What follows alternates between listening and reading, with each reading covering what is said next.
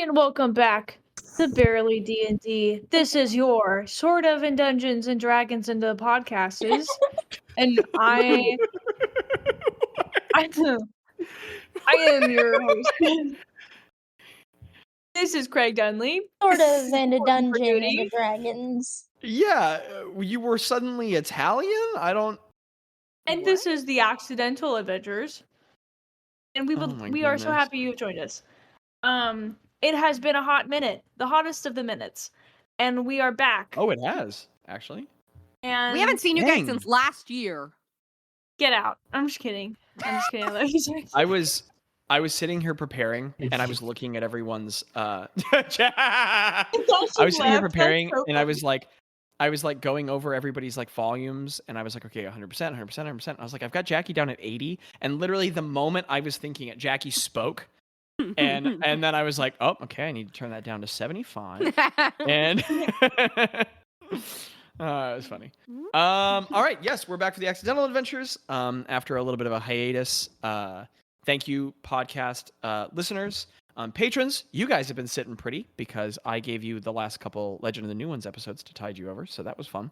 But we are back with main campaign, and we're excited for what is probably going to be a pretty crazy session today. This is very random, but just as a quick little fun start to our episode tonight, I completely forgot that in Castos it gives us a breakdown of our analytics for the podcast over time. And I think Landon and I were checking that at like the beginning, like, the first year or two when we were like, we'll get big. And I haven't checked it. And I checked it again the other day with a very reasonable guess. Because when someone's like, guess how much money I made the other day? And they're like, $14 million. And you're like, well, now it doesn't sound cool that I made 2,000. With a very reasonable guess, how many listens do you think the podcast has had?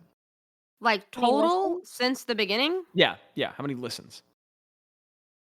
Thinking conservatively. Okay, how many episodes do we have? We have 100. This is the 166th episode. Can I use 5,000? 5,000? Wait. Don't say anything. I'm gonna say we have 700. Abby finally discovered a calculator and she's going nuts. Let's go, dude. She is using a calculator. What do you think, Micah? 2,500. 7,500? Okay. No, 2,500. 2,500. No. Those are great guesses. The podcast has had 14,000 listens. Huh? I was gonna say 10,000, but I was trying to be lower. 14,000 listens. Also, turns out the average listen for every episode is double digits and sometimes triple. Oh my gosh! No way. So, are you kidding me?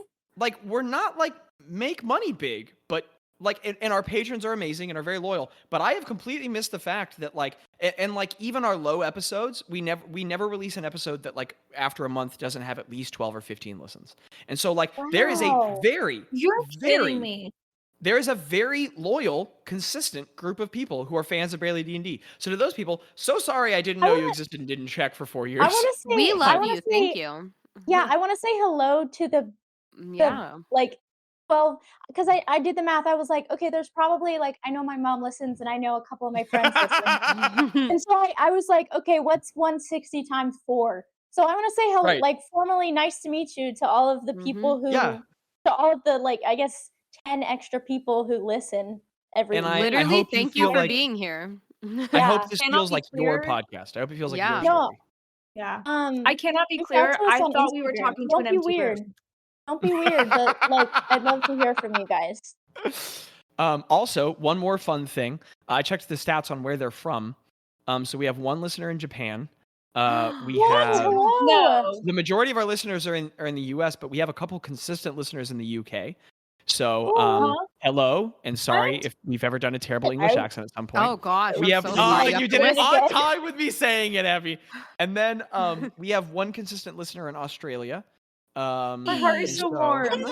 Yeah, for real. Robert, so hi everyone.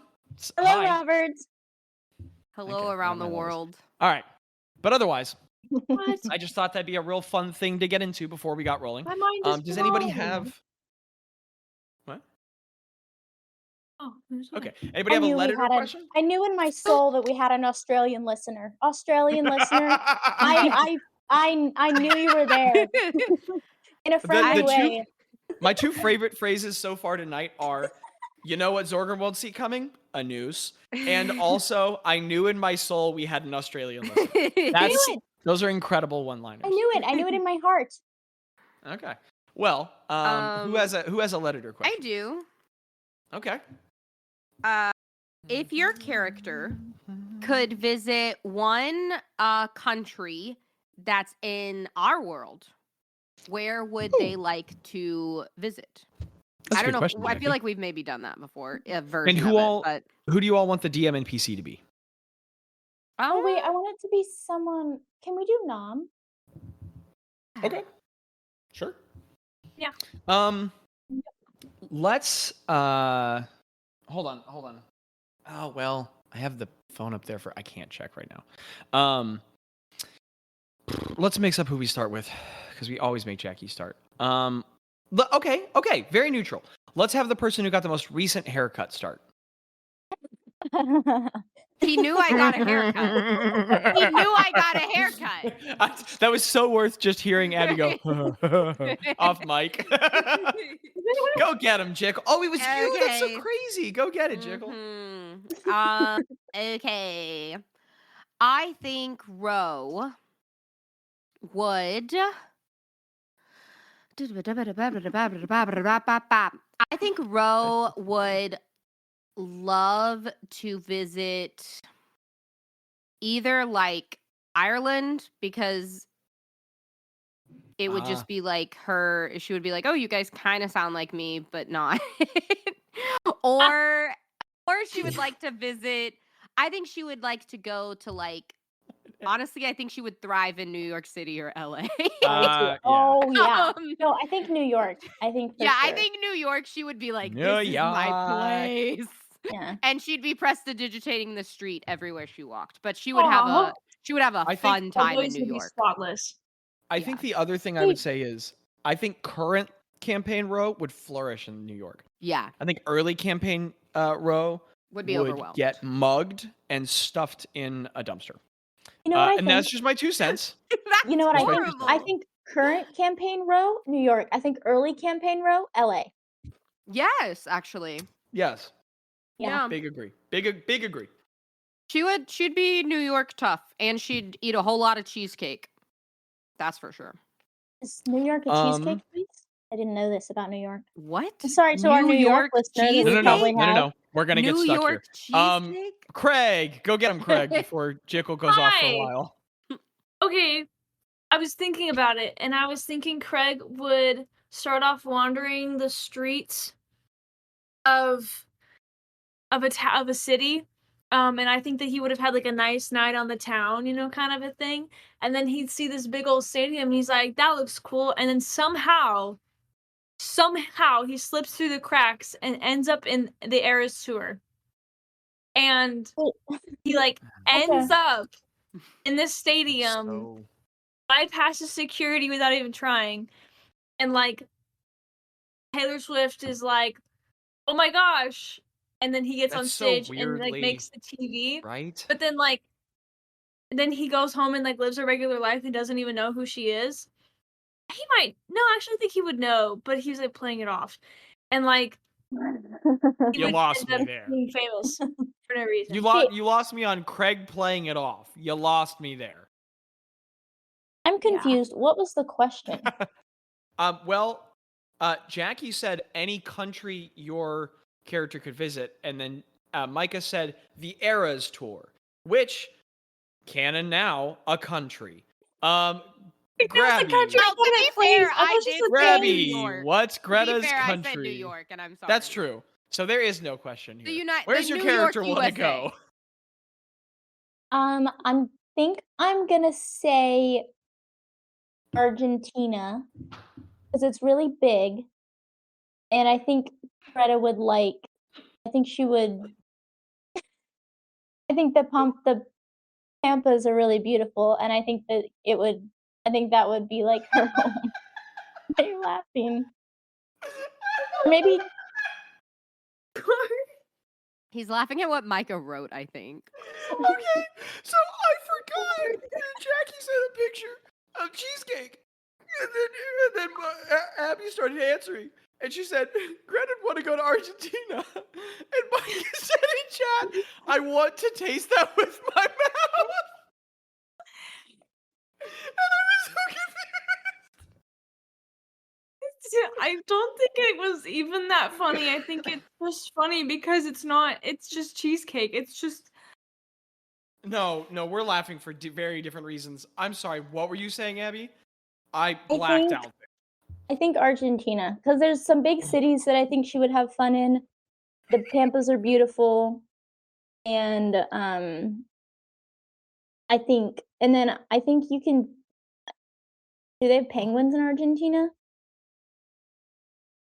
That was funny. Yes.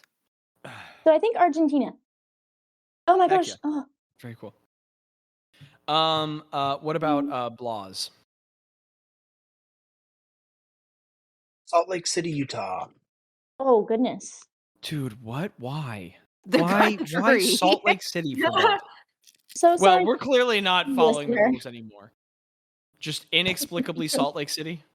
Okay, Landon's nodding with a muted mic. Fair enough. Salt Lake City it is. I do think we'd get some really interesting. We'd have some really interesting interactions with Bazz and a bunch of Mormons. I don't know what would happen. But I think he would upset them. I don't know why. Aren't there like soda businesses? I somehow think that he'd really get along with the Mormons. Mormons? Yeah, I think so too. What, Micah? There's Mormons, so that don't they have like the soda businesses? I would kill Bazz the same way that a Dorito would kill a Victorian child.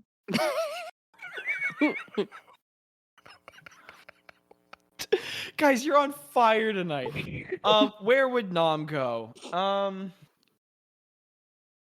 This is a fascinating question because not to people is probably her first instinct. So Utah. I can see Nom. Nom and Bazz, Salt Lake City. That's a one shot right there. I can see Nom being really into Scotland.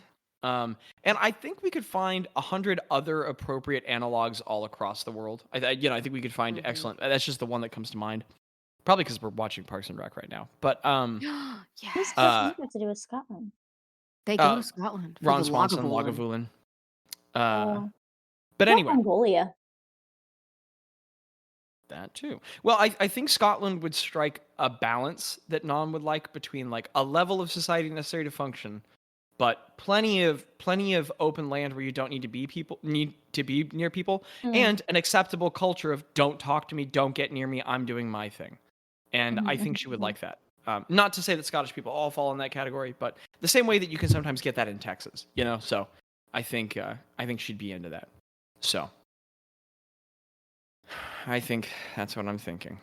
All right, let's do some murder. Did you say some murder in dungeons? Because that's no, what it felt like. For funsies, while working too much as a public school teacher the other day, I was taking a little break from Critical Role. I'm like 2/3 of the way through campaign 1, and I was listening to Quest for a Fridge a lot again. And I went back and listened to I just finished Darien Danger, so I'm going into the 5th episode, but I was listening to the episode where Russell kills the man and shoves his body in a toilet, and I just really forgot about that, and I was like, wow. One of my proudest moments as a player. I finally got to be a Chaos Goblin. I also forgot about Gary casting everything with circle, but circle. And Gudina was a mess. That campaign was chaotic evil. That was a fever dream. I think I've made up my mind pretty solidly in campaign 2. If we need a break at any point, I think we'll have like a return to Refrigelot or something. Oh goodness! Neither here nor there. To this campaign, for my note-taking nerds, this is episode 166 of the Accidental Adventures, Land of Death. Great, sounds great. That was a great transition, Zach, from Refrigelot nostalgia. Hey, you're gonna die. Maybe it'll be fun. Episode 166, Land of Death. It's a level 14 adventure. The date is 3488 PB. And I believe it's Call the 9th. Let me see. Yeah. If you want to look at the calendar, you can tell me what day of the week that is, Jickle. But because I think you guys popped off in the shop on the 8th. Yeah. Okay. Dope. Melneck. Melneck. Yeah, Melneck. Excellent. So cool. All right, so I'm gonna start off by giving you guys a little bit of a setting update, just so we know what's going on as we head into the session. It's not gonna be a massive switch, but you know. Okay. Also, remember, I don't know why this song is louder than all the others, but it always is. So, if you need to adjust that volume on the left-hand side, you can. As a little update. My life hack for not being afraid during combat is just turning the music all the way down. You've mentioned that many times on recording. So, you all have returned from Unsen. I assume. I have a little question mark there. I assume you'd go back to your house, but you tell me if you've gone somewhere else. But the point is, the party's probably left. But let me know if you're like, no, DM, you're stupid, and we stayed in a hotel, because we can do that too. But I assume you guys have returned to the house in Parsage. In a pear tree. And you've had a day to rest off the horror, and while everyone's back at, spells and hit points and all that, everyone feels like death today. Battered and everything aches, and it's awful. You guys feel like you got in a UFC fight, and then a terrible hangover, and then a car wreck, and you've woken up the next day. And the magic helps a lot, but you're not feeling good. Great. And you all know that. I mean, you have heard from Alondra recently on plans. And you got a sending message from her earlier this morning over Sending Stone, where she let you know that it was 2 to 3 days to the assault on Blackfang, depending on everyone's availability, because she's let you know that the Manibus is gathering together a lot of different allies for this fight. You all are not the only ones. So you have 2 or 3 days to prepare, and that she would like you all to leave for the land of Zorgrum within the next 24, 36 hours is when everyone's going to start trying to arrive there. Because the key detail she has told you all is that no one can arrive at Blackfang. You can't get to it. It's not conjurable magically. That's what I was going to ask. That there are those 5 towers of the 5 Lich Lords that surround it. And that those towers are also surrounded by a massive undead army. So you don't want to just show up there, especially if not everyone's there. So the goal is to get people to go to the land of Zorgrum, travel to the tower, and arrive at a rendezvous point there so everyone can meet up, strategize, and then begin their assault. So it's the day after the Miscore fight. You guys have we're gonna have like a kind of like a little montagey period. We're not gonna get super into role play here, but we're gonna have like a little quick montage of preparatory activities and things you guys are doing before you intend on heading off to the land of Zorgrum. So what'd that party do? On this day of rest and preparation they have. Ro and Greta are finishing up enchanting Telos' bow, or attempting to. Oh, heck yeah. That's awesome. So, Wait. Yeah, Mick. I have an ability that makes a weapon magical. You do? I think it has to be a weapon you use. Gosh dang it. Yeah, non-magical weapons become magical in your hand. The magic into him. You just, and then you hand it to him. Here you go. My eyeball falls out. Here you go. Oh, okay, Micah. Eyeball. Girl gets married and she gets edgy. But anyway, that joke didn't land. Moving on. Oh my god. That gift. What? All right. What? So. You're talking to me? Yeah, that the use of that GIF was confused me. Yes, in the home in Parsage, the party's had some time to rest. The consensus around Parsage right now is to kind of leave you guys alone. Not everybody knows what's going on, but they can tell that you're like busy. And the news of the fall of the Empire has reached town. And so there is a really weird energy in Parsage right now where first of all, it snowed more. You guys have come back to like 8 inches of snow. Wow. And things have gotten pretty cold and wintry, and they're still putting up decorations for the Days of Last Light. A lot of like small wooden lanterns with canvas sides to them outside of homes, and there's a lot of red and white banners and tapestries being hung on the side of homes and from poles. So the town looks festive. So there's this weird energy in the town where people can tell that you guys are really busy and probably with super important things, so they're trying to leave you alone. But also the town is like, well, okay, even the weird energy is itself split because there is a clear fervor and thrill in the town. The town's ready to throw the world's smallest parade because the Empire has been overthrown. But also, there is a real tension in the town. Like, oh shoot, overnight the Empire's gone. And so there's, in the news of the war as well, having done that, it's taken some time to reach Parsage, but it has finally arrived.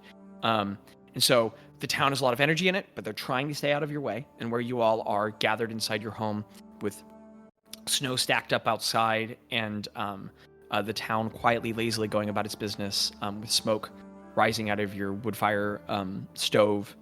And I think, I want to say Antilia Gypsum? Whoever the carpenter lady is, whoever the person working on your oven in the back, even in the snowy conditions, she's continued to work trying to construct it. With Spaguber quietly, he's reading an arcane book on the side.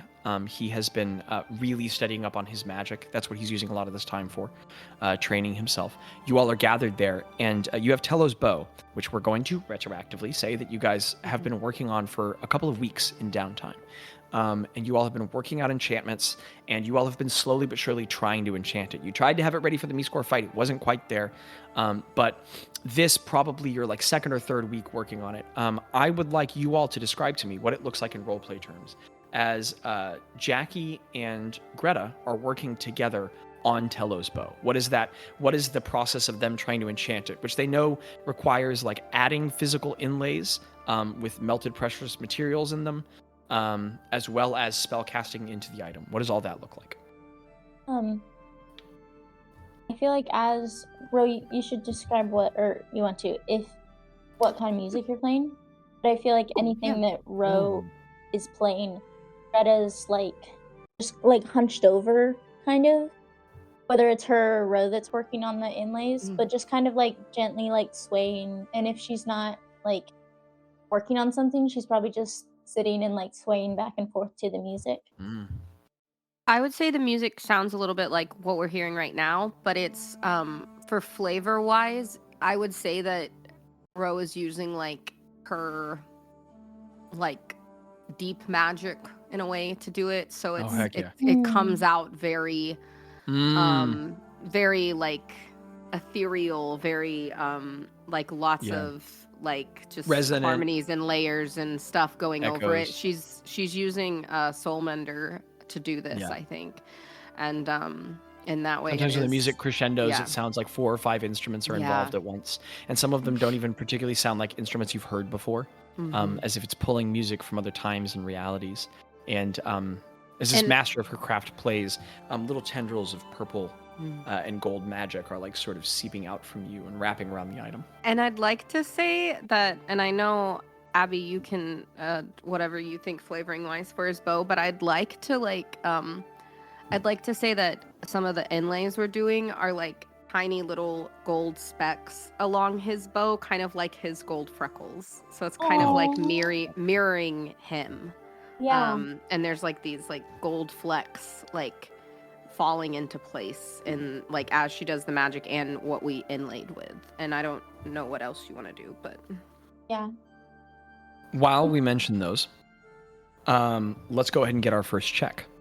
I'm going to need an artistry check from one of the two of you on how you are physically modifying this item.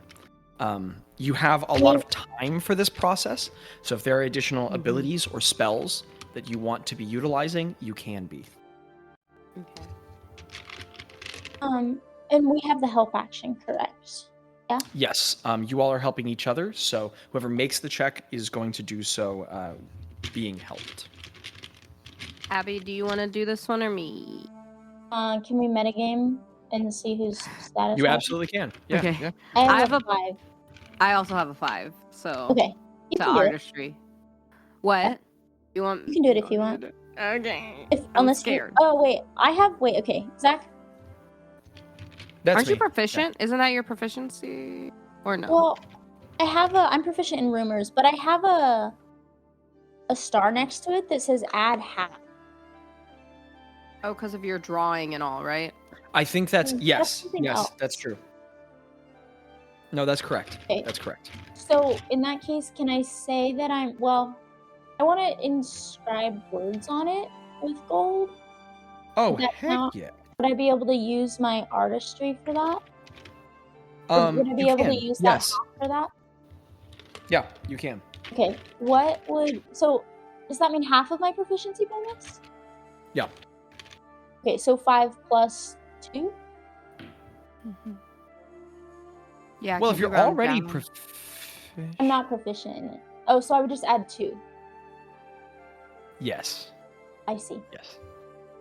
My own note confused me deeply. Well, artistry is intelligence, so whatever you have. Or dex. So you can assign it to intelligence Oh, or okay. dex, I'm but it's sorry. assigned there permanently.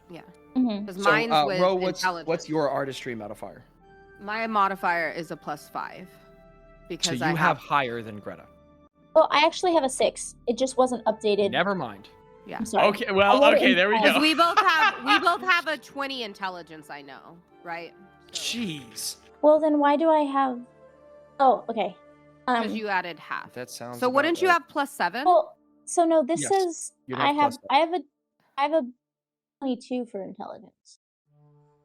Oh. So Wait. you might. I don't know. I always forget that you used your deep magic boon to make yourself better at checks instead of actual D&D abilities. You dork. So yes, that means you have a it'll be +6, up to me. and if you can add half your proficiency bonus Yeah. because of all your drawing experience, that means you have a +8 to artistry. Yeah. Holy I would cow! like it to took a do while, that. we got You there. do it. Okay, we got there. It took a long time, but we got Sorry, there. we won't do that Hey, for all the other that's checks. all right. We know our stuff. So first, Right. as I'm gonna use my calculator for the easy math. I'm so proud of Abby. Finally, guys, look at these dice. Wow.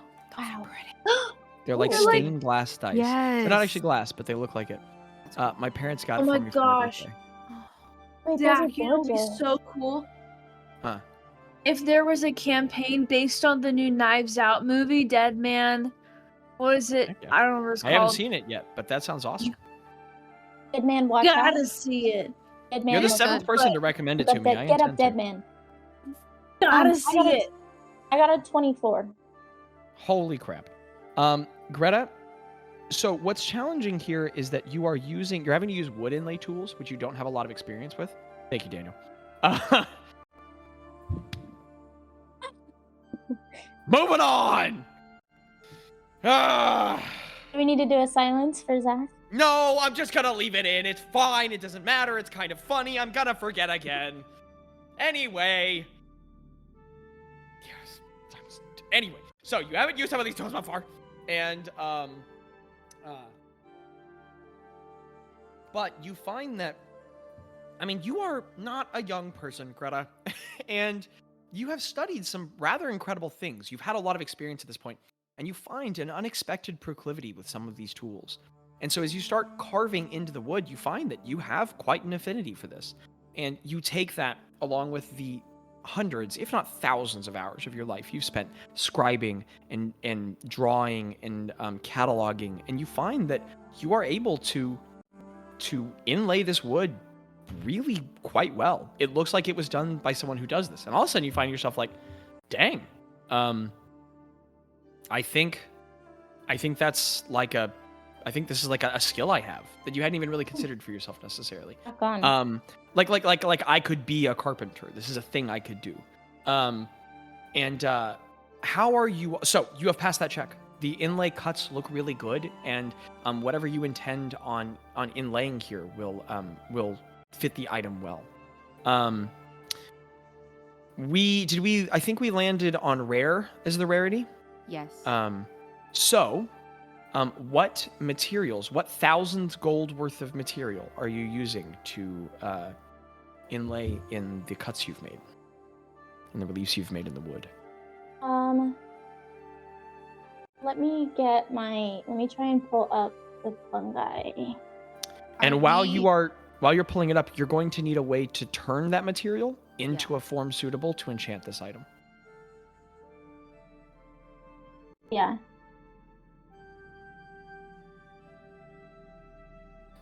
Jackie was making a funny face just then.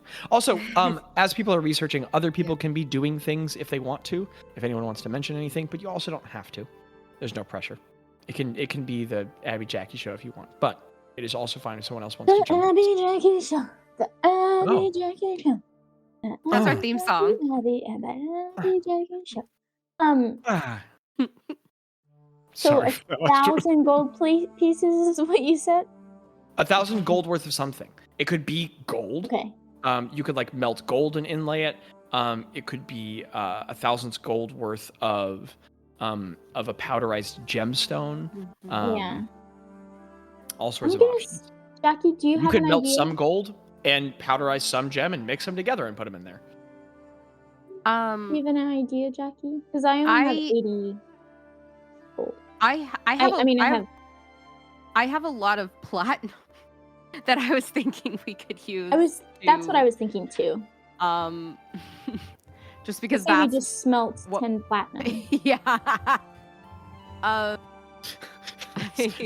love making the decision off of what's efficient, but I'm into it. I feel like that's what we would have done. Like, we don't want to go asking the people around here for gemstones because they're going to be really confused. I would be down. The thing is like, I have 200 gold pieces worth of chalks and ink. I would be down to like, could we use... Well, could I use like part of the ink to like smelt on it to color it? No. Okay. No, it's not the right kind of ink at all. Then let's do the platinum. Okay. How do you all smelt the platinum? Are you taking it out? Into fire. Into fire. How do you smelt it? Into fire. Duh. Okay, I go to the store. I go to the general store. I'm sure they have a pot. Like, we got some pots. I'll do you one better. We got a pot. At some point, it occurs to you go find like the blacksmith in town you're very good friends with. Okay, and she lends you a small crucible. That sounds better. And as you put the platinum pieces into it, you heat it over the wood-burning stove for a while, but it doesn't get quite hot enough to smelt the platinum. Yeah, you so hold it there with some tongs you borrowed. I'm gonna... Hey, I asked... anyone here have heat metal? Because I used to have it. I don't think that would actually work. Never mind. Tello's nearby, and he goes, "Okay, well, you all have already cut up my crossbow a lot at this point, and done a bunch of singing and magic over it. I really need to know that this is going to work because it's going to work, Tello. You know what we used to do back in the old days? Yeah, when Craig, there was no magic. You know things. We just lit a fire. And then Craig heated the says metal. Condescendingly to you as you hold the crucible over wood fire, not hot enough to smelt the metal. Hey, balls. You have a lot of first flame. You got first flame power. Can you I'm not getting into this. I'm sorry. Can you use that flame of yours to heat up this for us? Did we go have I think I can get it hot enough. Even your flame wouldn't get it hot enough. I don't really have a lot of controllable flames. I'm sorry. It's metal. Okay. Could we ask the blacksmith to do it? Yeah, we're gonna ask the blacksmith to heat it for us. Sure. No one else has any other fire spells? It's don't. Literally only Bazz? I have nothing. I mean, I can take heat metal and then I think I've had Heat metal won't do it. It's got to be like because it doesn't melt metal; it just heats it. Oh shoot, that's true. Yeah, I don't have anything prepared that would help do that. Your first flame stuff can't melt the metal. I don't know what feature are you talking about. I don't know. You're always throwing flame around. I don't know. I'm sorry. Bazz, if you want to make an Arcana check for me, you can. Says Ro in her accent about flames. I think you're just thinking, Landon, but let me know if you didn't hear that. Okay, cool. We got a full nod. I got a 7. Total? 7. Total with a +6. That's a nat 1. Rolled a nat 1. Buddy! Yeah, I forget nat 1s are. Bazz, you go to consider the proposal. And you go to consider the proposal, and you're like, well, okay, what if I... And then the raccoon runs up and like bites your leg and sprints off into some other part of the house, and you're just, and clears your mind, and you're pissed, and you just can't deal with it. So, that's crazy. Robert's his name? Robert? Yeah. Okay. Robert. And as he bites Bazz and runs off, Spagoober comes running by and goes, Robert, we talked about this. No biting people. You're not going to get dinner tonight if you keep biting. And he's just like sprinting after him. We have so you go to the blacksmith. Spells. And oh my god. 14th level adventurers do not have any. We rely on the power of community, Zachary. And relying on the power of community, you like offer to pay, and she says, no, I gladly do this just for you all.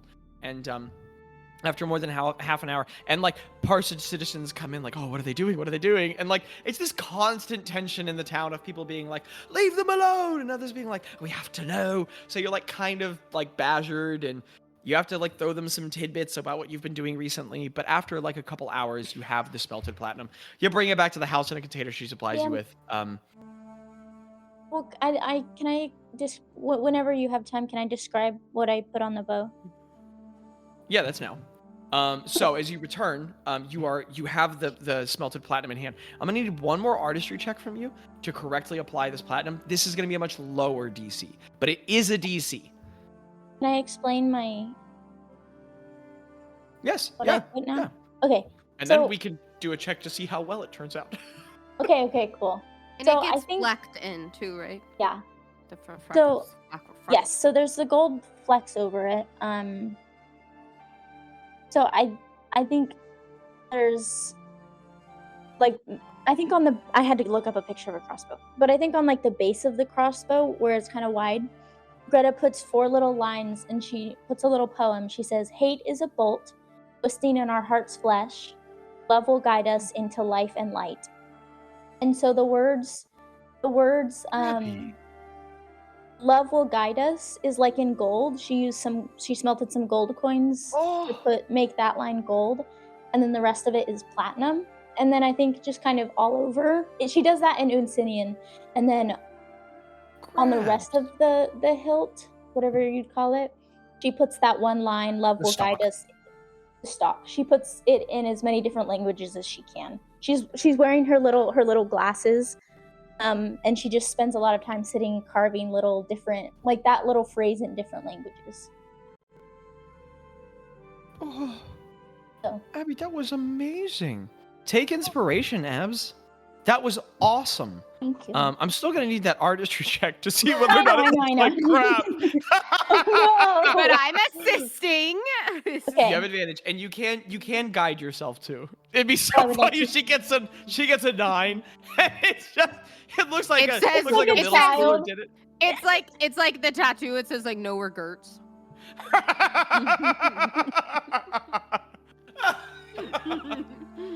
Okay, that's good.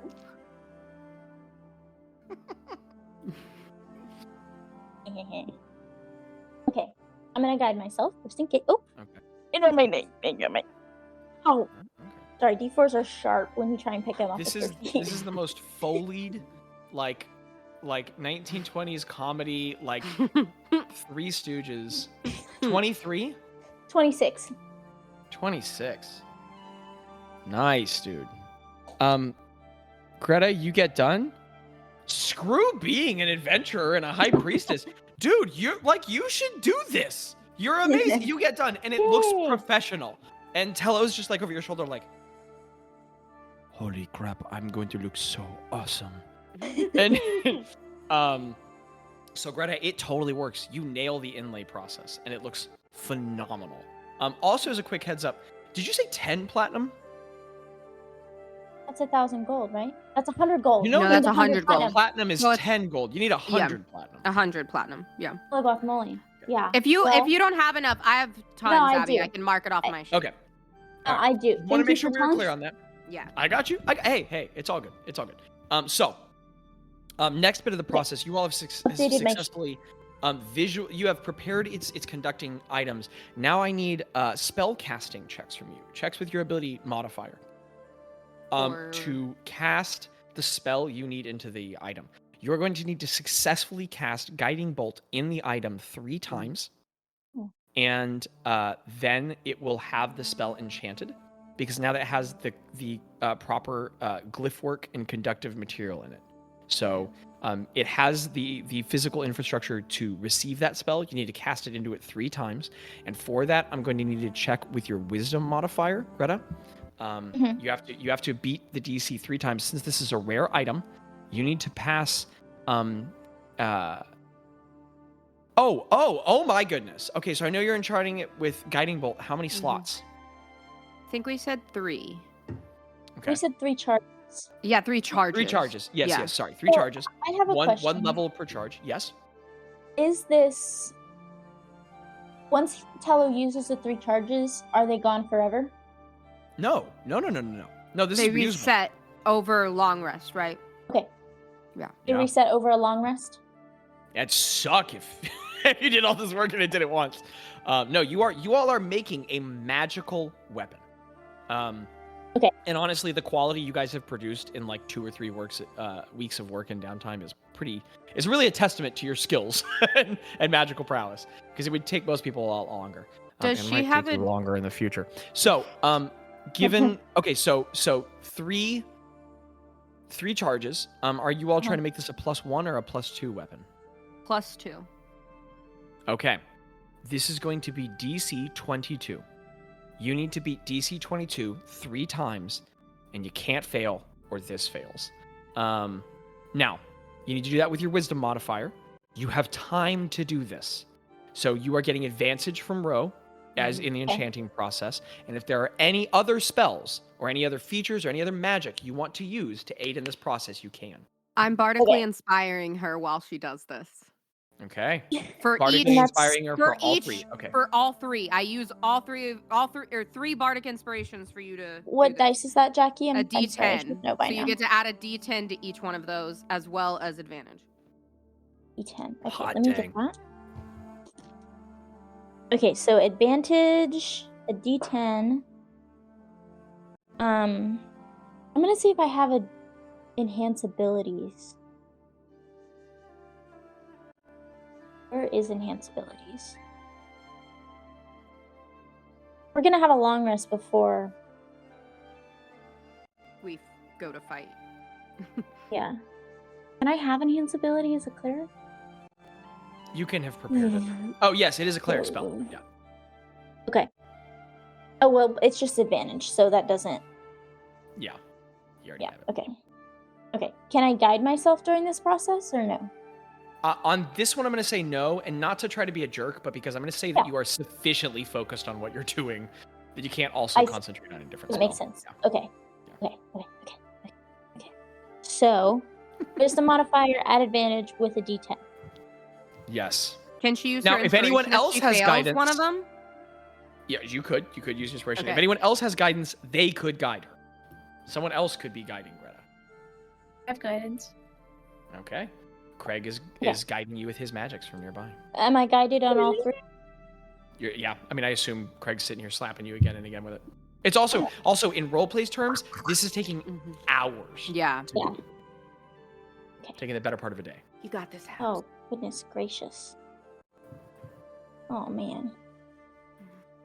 Like everything we're role playing right now is like the is the culmination of this process. Yeah. You guys have spent weeks like mapping out the glyph work and getting and procuring the tools and starting to carve, and it's been a long process. This is just the finalization. It's taking a whole day. I used my inspiration. Thank you for letting me know. Jaci, what whiskey are you drinking? I'm drinking it's called S'moregasm. It's more flavored. Truly regret asking. You've seen it before. I have it. I put it in coffee Moving a lot on. of times. Moving on. It's s'more. 29. 29 on the first check. Yeah. Greta, you smashed the first check. Rock on. Do all of these mechanics help ground this capable ability and aid your NPC ally? Yes. Is this also just a reward for Abby being like, have a whole bit of the session where you just get to make checks? Yes. Oh, man.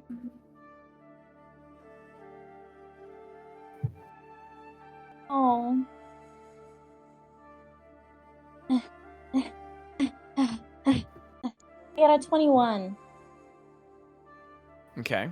You used If anyone else wants to utilize an inspiration for this, I will say that they can. I only rolled my. You also have a per diem. I only rolled my. I only rolled my d20 once. Ah, okay. Oh, you didn't do advantage. Okay. Ah, haha. That's a nat 20.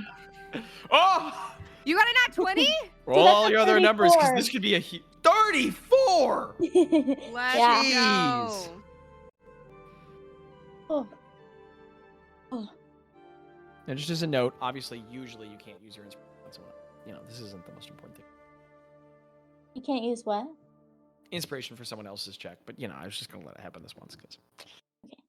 Okay, and the last one. Reminding people.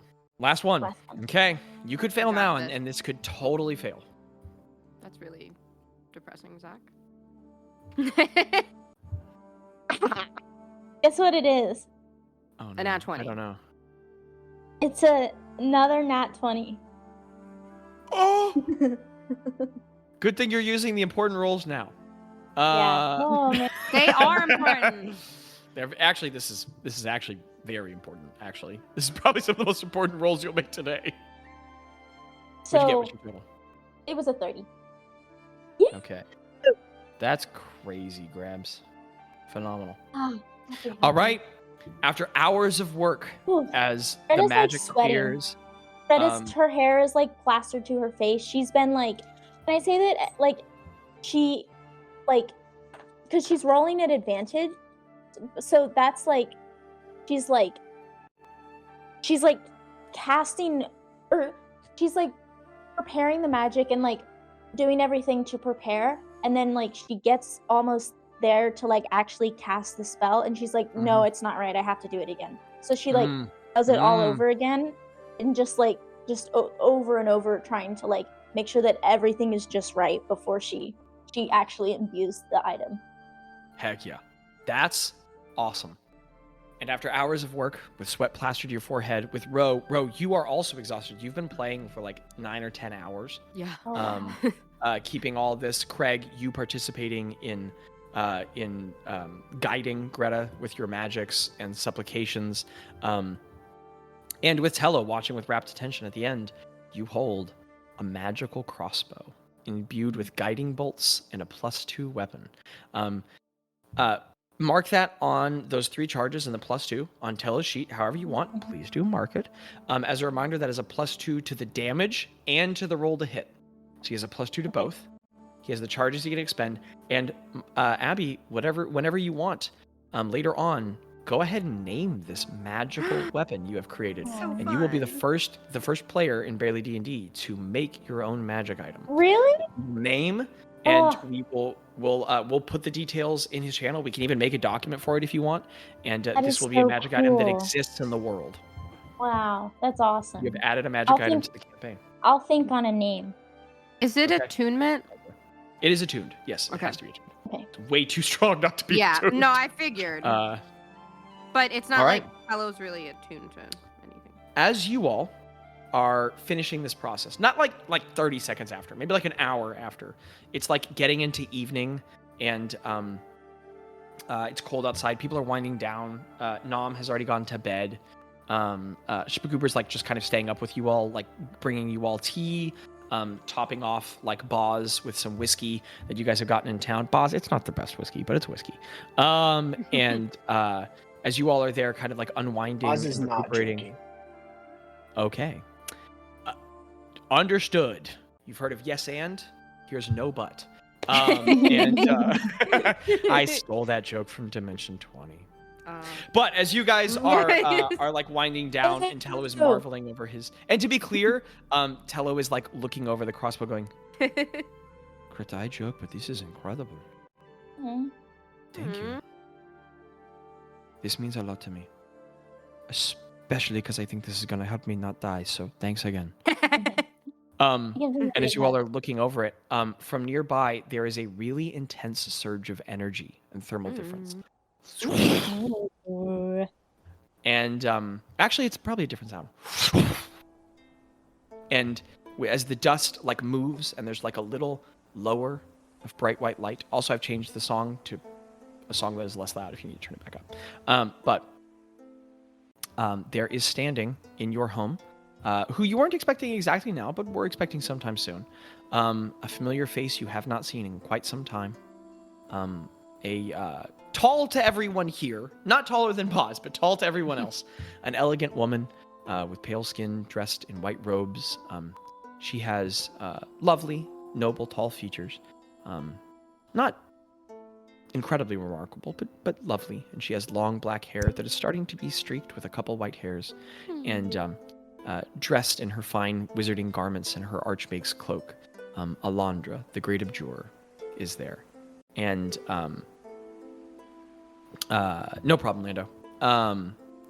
And so she appears and kind of startles everyone. And Shipagoober like has, you know what? He's drinking a little whiskey, and he goes, "Oh wow!" And standing next to her, is another person you all haven't seen in a very long time. Daniel, would you like to describe who is standing next to Alondra? Yeah, I think so. The last time you saw this, like the person. Oh, sorry. You got it. Oh, you good. Your eyes form around a built dwarf. And man, this dwarf, you don't really, you probably met a lot of dwarves in your time, but you remember this one dwarf who was wearing the same type of vest and had the same type of tattoos on his shoulder, and they haven't gone. And he's just very different from the last time you saw him, though, because he has an air of like confidence, I think would be the right way to say it. And like he has the concentric circles of a captain of the military of long ago now, and of Kef. Yeah. And he has the Damascus steel blue trident, which seems just ever so slightly a bit bigger and nicer, and like the ruby, not that ruby, I think it's a ruby of the sapphires. The sapphires inside of each of the little points seem to be just a little bigger. And he's got his vest on, he's got his trousers on, and I'm trying to think of anything exciting. Oh, he's got boots now. He's got these like very like snow treading boots on, and encircled on his back is this huge what's that called? What's that word called? Luminescent? No, that's not the word. Yes. Luminescent, yeah. A luminescent shield. Opalescent? Opalescent, that's the word I was thinking of. Opalescent shield that's almost as big as he is and looks like it would weigh a ton. And he's got this huge scar on his left eye, or is it right eye? I'm looking at the artwork. Yeah. His left eye. Left eye. I thought his left eye is now like extremely scarred, and he's also got like burns all over his face, and like his hair has regrown over them, but there's definitely a discoloration on most of his face. But he's got this like golden eye now. It's like glittering with dust and stuff like that. And the last thing of note at his side is this beautiful scabbard. Shoot, I forgot. Yeah, it's a cool scabbard, man. As long as I'm pretty sure that's during this time. Yep. It's this cool scabbard of like, here, I have it written. I have it pictured, and then Zach gave it more of a beautiful one. Aha, yeah. It's got lots of different things on it. It's got an axolotl on it. It's got a bird on it. And it's got like this viney and golden dust on it. And it has just a plain looking sword hilt coming out of the top of it that looks like the military that he used to be a part of in Yazlan? Yazlan, yeah. Yeah. It's got the eye. Yeah, it's got the eye with blood coming out of it, right? Yes. Yeah. And it's just a dwarven man who looks like he's been through a bit more than the last time you saw him, as you see Rongrim standing next to the rest of them. A person you hadn't thought about in a while. And as the magical energy dissipates, Alondra looks to you all. She has bags under her eyes, and a couple worry lines around. She looks like she hasn't been sleeping a ton, but she also has a very warm expression. And she goes, "I'm here on business, and I really hadn't anticipated how glad I was going to be to see you all. Hello, fun guys." Ro goes up to her and gives her a hug. She kneels down and hugs you. And you remember Alondra being very sincere, but not the warmest person, but she does. She hugs you. Yeah. You all have formed a very meaningful relationship at this point. And you also, when she hugs you, it's like a bit tight. And give me an insight check, bro. Just for funsies. Ooh. That's a 29. Holy cow! She's a book. She's an open book. Ro, I read her mind. No. You do a Vulcan hold on the other side of her neck. You pull her and you go, "I know." But you have always been a reader of people, and this is someone who has quite frankly become a close friend of yours. And you don't have the hardest time in the world putting together from her mannerisms that she doesn't even look like she's trying. She has a very steady demeanor. She has the outer shell of a diplomat always, but you can tell that it seems like she's let her defenses down a little bit around you all. And as she hugs you, you can feel that she's very glad to see you all. But there is like a that hug wasn't just warm. It wasn't just friendly. She wasn't hugging you tight because she was so glad to see you. Yeah. It's like a hug of relief. Yeah. Like someone who's been worn out or a little afraid, who's finally getting to feel some comfort. And so the hug is a little tighter than you're used to her polite formality. And as she lets go, she puts a hand on either shoulder and she goes, "It's been a bit, hasn't it?" Yeah. And she puts a hand on each shoulder and greets each person. And there's 5 or 10 minutes of her being like, "How did me schools go?" And just explaining, exchanging the pleasantries. And finally, she takes a seat at the table, and Spooky's all glad to be putting the seats in the little notches that he's made, and he's bringing her tea as well. And he looks happy to have a role and a purpose again. And there's this moment as he's bustling about the house, bringing you all bread and tea and food, where you all are struck by how his dream was to be an epic ship captain, and now all he's doing is bringing you all food, and he still seems filled with purpose by it. And as all the light has gone out inside, and it's getting quite pitch black outside in the winter, he the windows are shuttered, and he brings a couple candles. It's very dramatic lighting, actually. He brings a couple candles over onto the tables so that you guys can see by, but it's just enough to bathe the front of you with dark silhouettes and shadows creeping out behind you. And as you all sit, some of the most powerful people in this world just gathered around a regular kitchen table in this dinky little wooden house. Alondra starts in and goes, "So about Blackfang. The time has come. We've gathered allies a bit more quickly than we would have supposed, and it turns out that some of them actually have time constraints of their own. So if it's not too much to ask of you all, I've bought Rongrim. The Woes of the Well have finished a bit of their own business, and please don't lose him. They want him back, but I thought you all allies. Yes, no, you are remarkably resilient. But the time's come. Say we're like a fungus. just can't. And she does like a little finger cross. Like, that was quite good, Craig. Yes, very, very droll. But so, I'm watching you. The time has come to hand to the land of death. Obviously, you all Great can have name. a night's sleep, but one of infamy. You all are, of course, welcome to a night's sleep. And I mean, it's not a command, but we all intend to arrive there and to begin heading to a rendezvous point. She pulls out a map she possesses, and I believe you all have a world map as well, but she pulls out a map of the Isle. And I'm going to send you guys this map over break. New map. Been a long time since we did that. New map just dropped. Wow. She pulls out this map. The design and shape of the island is it's what you'd expect. It looks awful. And she starts pointing out with her finger that there are these rock structures not too far from where the tower is. You could see from its design and placement on the map that it's not intended to be very hidden. It's not subtle.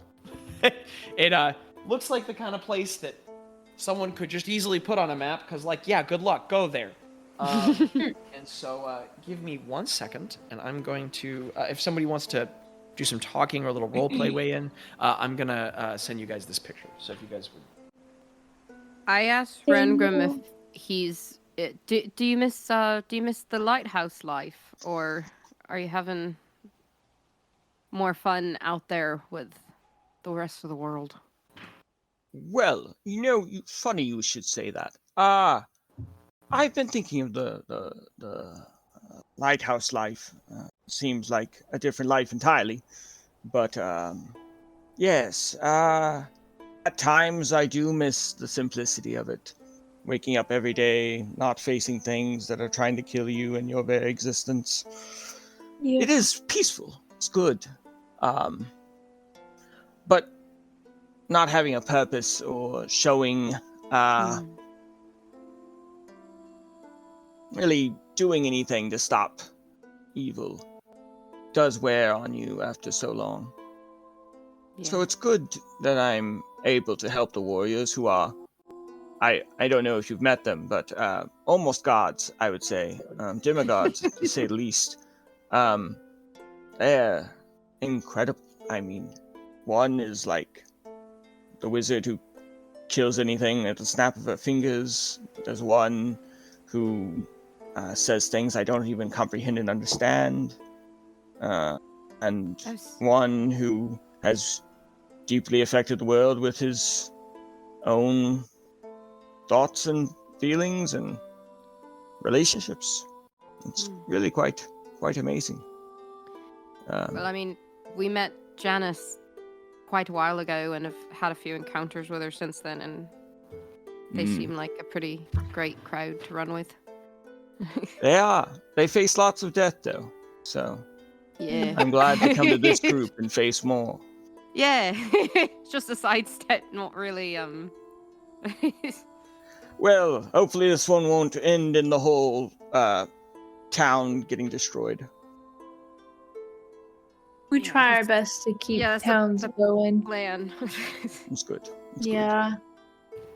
If anything, we're here to fight the powers of the town, the bad powers, but not the buildings. We like the buildings to stay there. Yes, buildings are important for towns to function.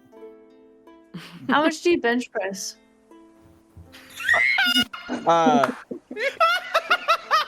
Mika, inspiration, phenomenal. He takes it back for a second and he's like, I bench pressed a god, and carried him for like 10 feet before he died in my arms.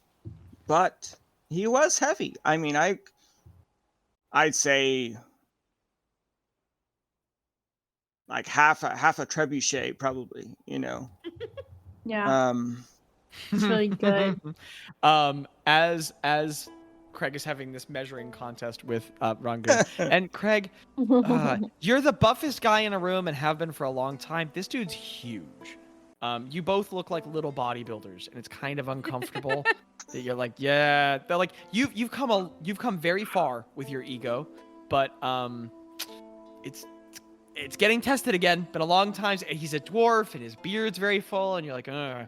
But if you guys will go to lore and reference as you're having this kind of measuring contest, like, and you're sitting there like looking at your own muscles, like, my arms are bigger. I'm doing that thing where I like holding my wrist and like pumping my hand. Doing that thing that guys do where they like cross their hand behind their bicep to push it out more. And as you're sitting there doing this, Alondra is pointing out on the map, and if you guys will go to lore reference, there is the map of Zorgrum. Oh, I hate that. Another beautiful map, Zachary. I do. Yeah, it is beautiful. But it's. I mean, I love really it, well but like done. I hate it. You know. Thank you. I worked very hard on it. She points her finger and she says, "Your real goal here is not to wind up on the left side or the western side of the continent. It's a very large subcontinent, and it's very easy to become lost in a lot of the further structures and honestly dangerous features and topographies of the landmass. In the far west, in the foul furnace they call the volcano, there's actually a great worm who lives there, and so you want to avoid that location at all costs, because that would be another nearly impossible conflict that we would not be able to aid you in.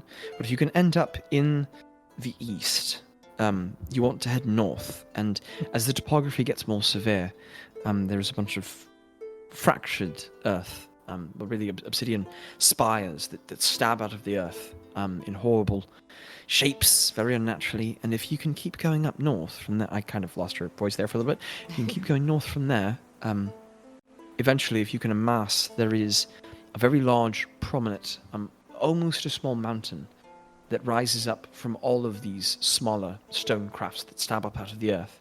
You can gather in its shadow to the east.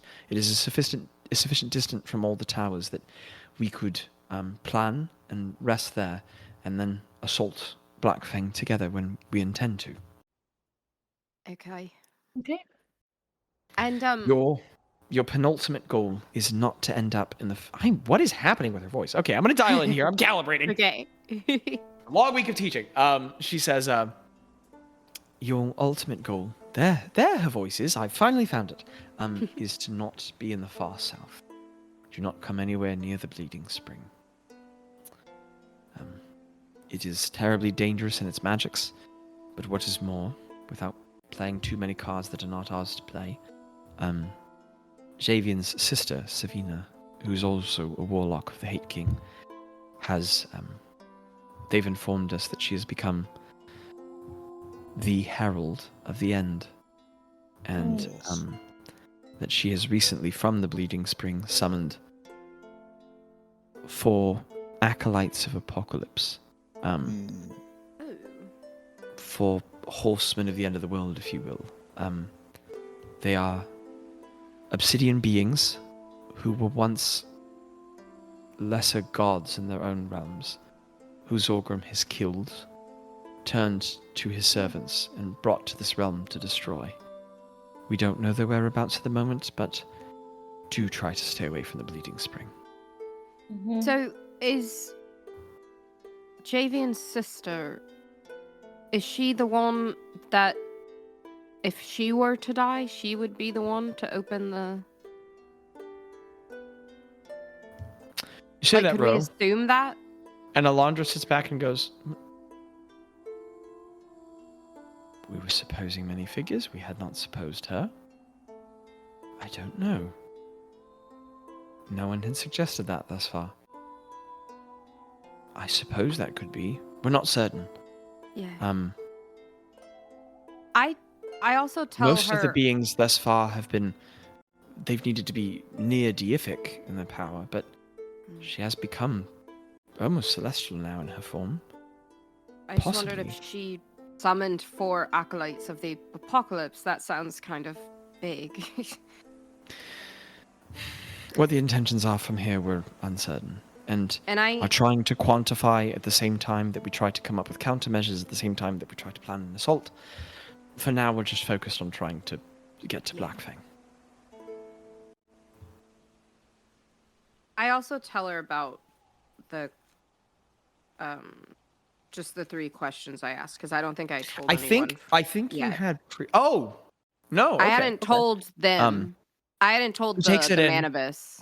She takes it in and she measures the input and she says, "That's valuable knowledge.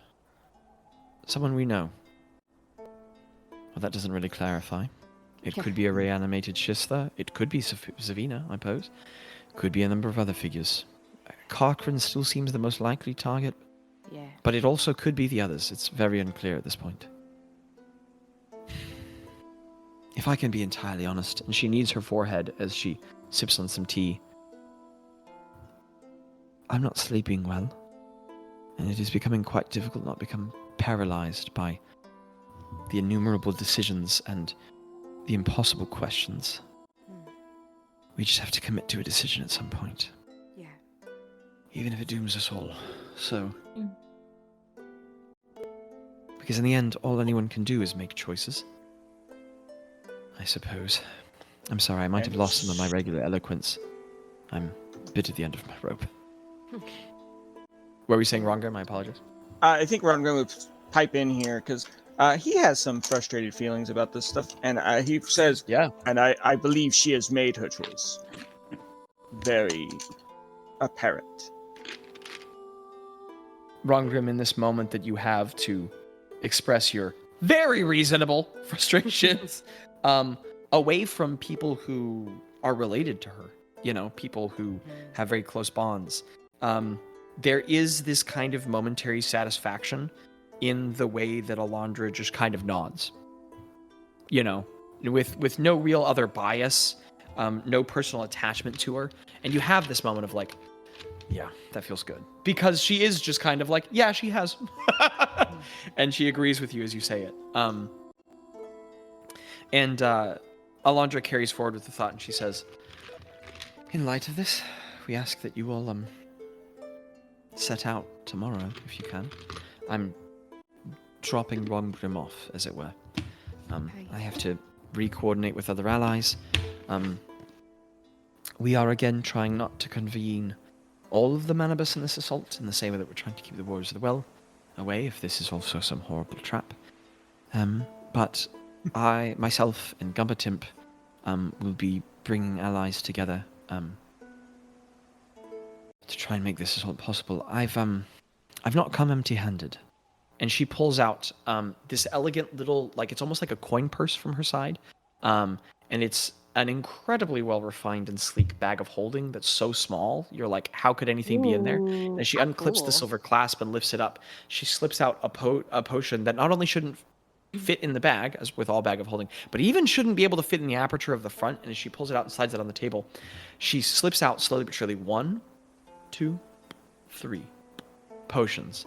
And they're like this silvery glass with this almost like gold liquid inside. And she says,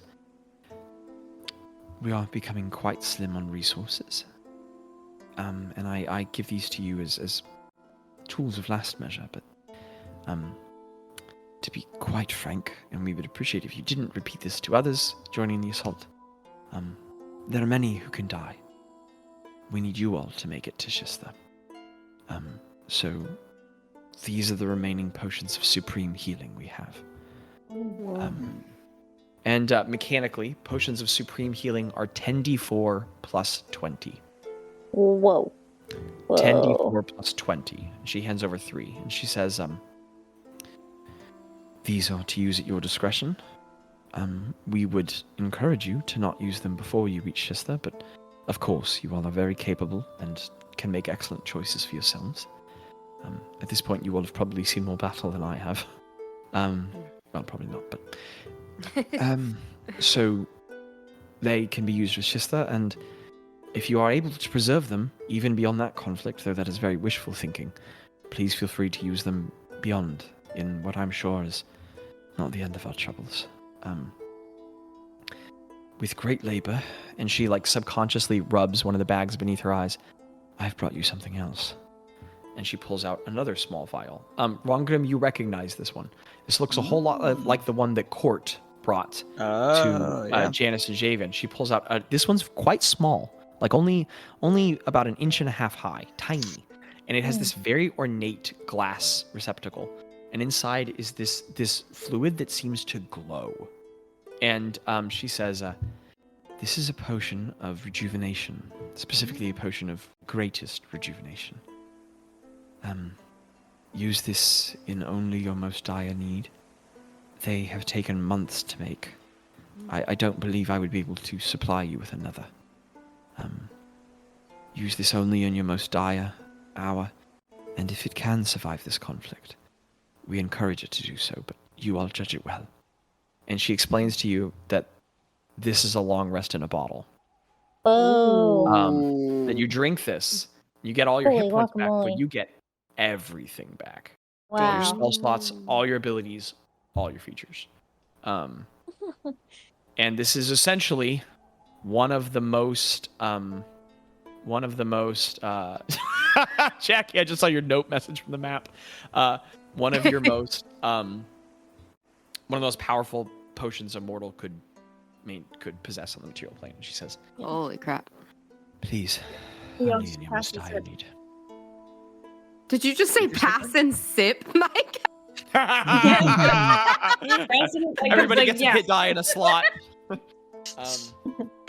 She clarifies, at Craig's suggestion, she clarifies and she says, well, Master Dudley, I guess it's Sir Dudley now, as I've been informed by some of your allies. It's really only good for a single individual. If you're trying to divvy its uses among others, it would just not take effect. And as the person who worked over it, please do not waste it. Will not waste. That will go directly to someone's mouth and stomach and ability. I was expecting a different third. Thank you, Craig.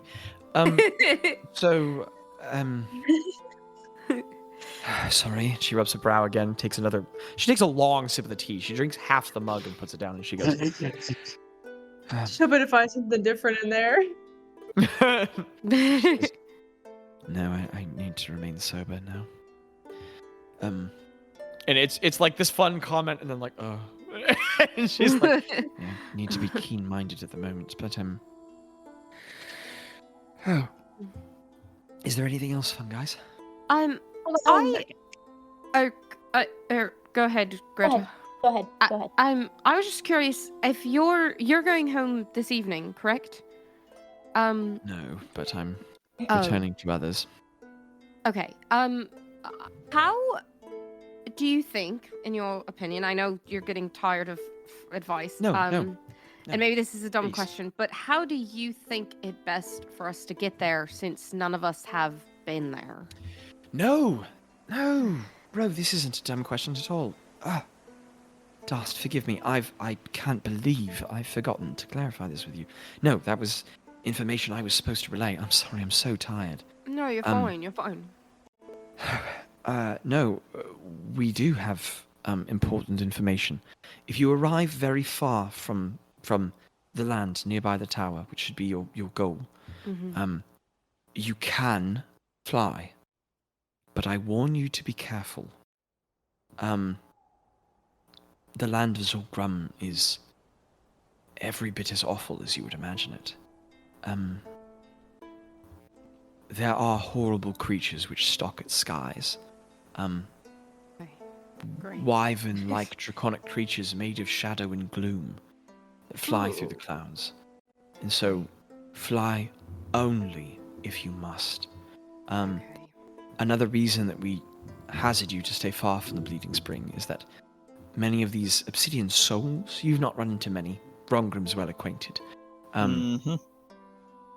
They are souls of those who died in the Skyfires and the Hateful. And, more specifically in the Hateful, but that Zulgrim's hateful magic has made into beings of obsidian and they wander the plains near the spring. Gretta, they are much as those which you've informed us killed your friend. And there are hundreds, if not thousands, scattered among the land. We have found, as awful as the place is, that there are frequent ravines carved through the earth. You don't get a good look at what's above you, but the few times we have traversed the land, we traveled largely on foot through those. But there's really no safe place there. Also be careful. Lava flows are common in the land. And if you find tunnels, do not go into them. They are not naturally created. Well, not by geological events. Not by meteorology. They've been carved by very large worms. Once we get to Black Fang, are we going in that day, or will we be camping or anything? No. Well, we won't really have time to camp, but okay, yeah. We'll have a couple hours to strategize and speak and prepare. Understood. That was a phenomenal question, Ro. Thank you. Zach, I have a question. Yeah, Mike, what's up? Those creatures would be considered undead in combat, right?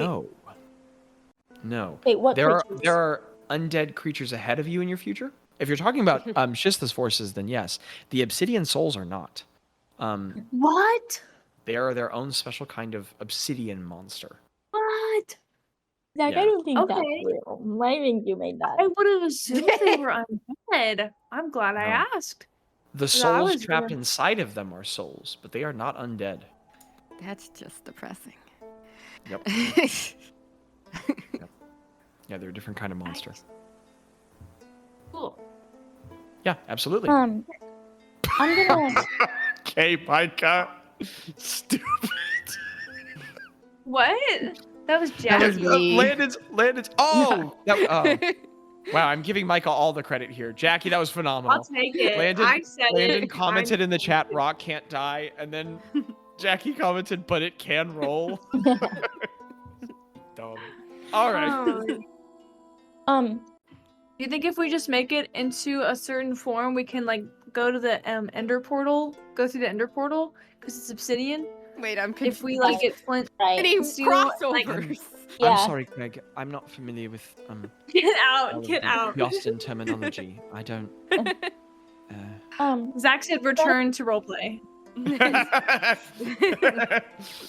Greta walks up to Alondra, and I think she looks especially grandma right now. She's just wearing her robes. She's just kind of like, her hair is kind of undone and like long. And she kind of like totters up, and she just puts a hand on Alondra's shoulder.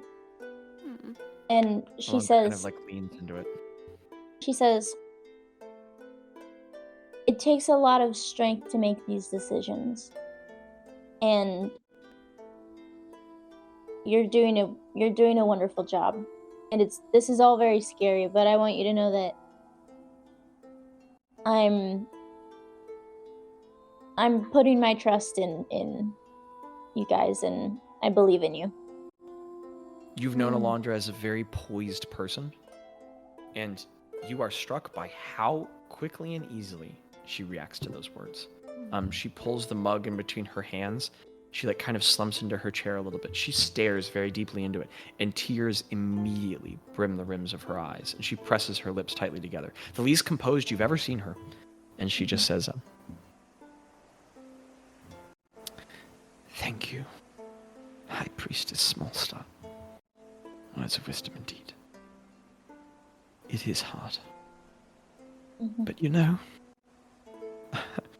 I'm quite serious when I say. And she wipes a tear away. This is an awful place to be. These moments, these choices. And no one should have to be in them. And I'm very glad that you all are stuck in them with me. And it's selfish, but I mean it. I really appreciate that. I had never imagined I would see such awful days. I'd likewise not imagined that those days would be so equally filled with wonderful people. So thank you.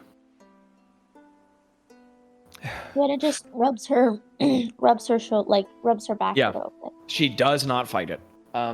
She takes a long sip of tea. She doesn't say anything else to you all. She just rests there in that moment for a couple minutes. And finally, after a pause, she says,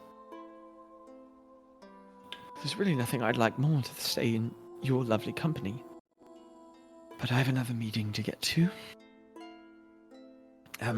So, thank you for the tea." And she brushes her eyes, and she, like, casts a little flourish of magic, and she prestidigitates herself, and she looks a little more put together again. And as her, like, hair realigns, she says, "Good luck, fun guys. We'll meet you in the shadow of the mountain." Be careful. Grim? Thanks for the traveling. She smiles at you, and she gives you a surprisingly earnest face. And she says, "Do keep them safe, Rungrim. They're my favorites." And she stands up from the table and puts the mug down. And she turns and looks directly at Shpagoober and says, "Thank you for your hospitality, Shpagoober." And he goes, "You're welcome." And she walks to the center of the room. She looks up, and she nods confidently, and she says, "Until we meet again, fun guys." And with excellent skill and expertise, she rapidly moves out the glyphs for teleport and speaks a word of confidence and disappears. And you all are left there.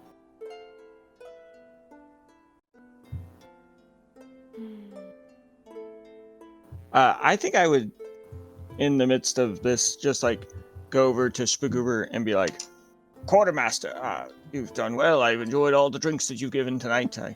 I also agree with... I've heard about you. Hi. You don't have to speak so formally to me. I'm Shpagoober." And he holds out the softest little dwarf hand you've ever seen. Aww. Oh, hello. It's good to see you. I think you're Roundgram, right? Yes, I am. We had the briefest of interactions when I docked our ship at your isle, but it was very short. I stayed on the ship mostly. You look good. I don't know what your workout routine is, but it's working.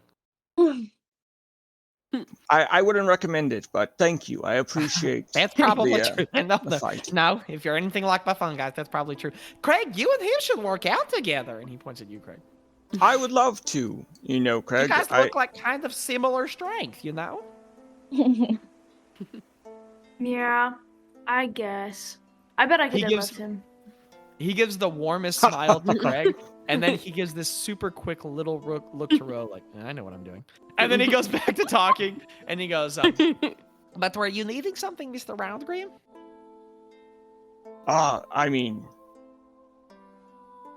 I haven't had a good piece of hardtack in a long time. If you have any laying around, just let me know. I'll devour it. In a truly bizarre moment of irony, I actually don't.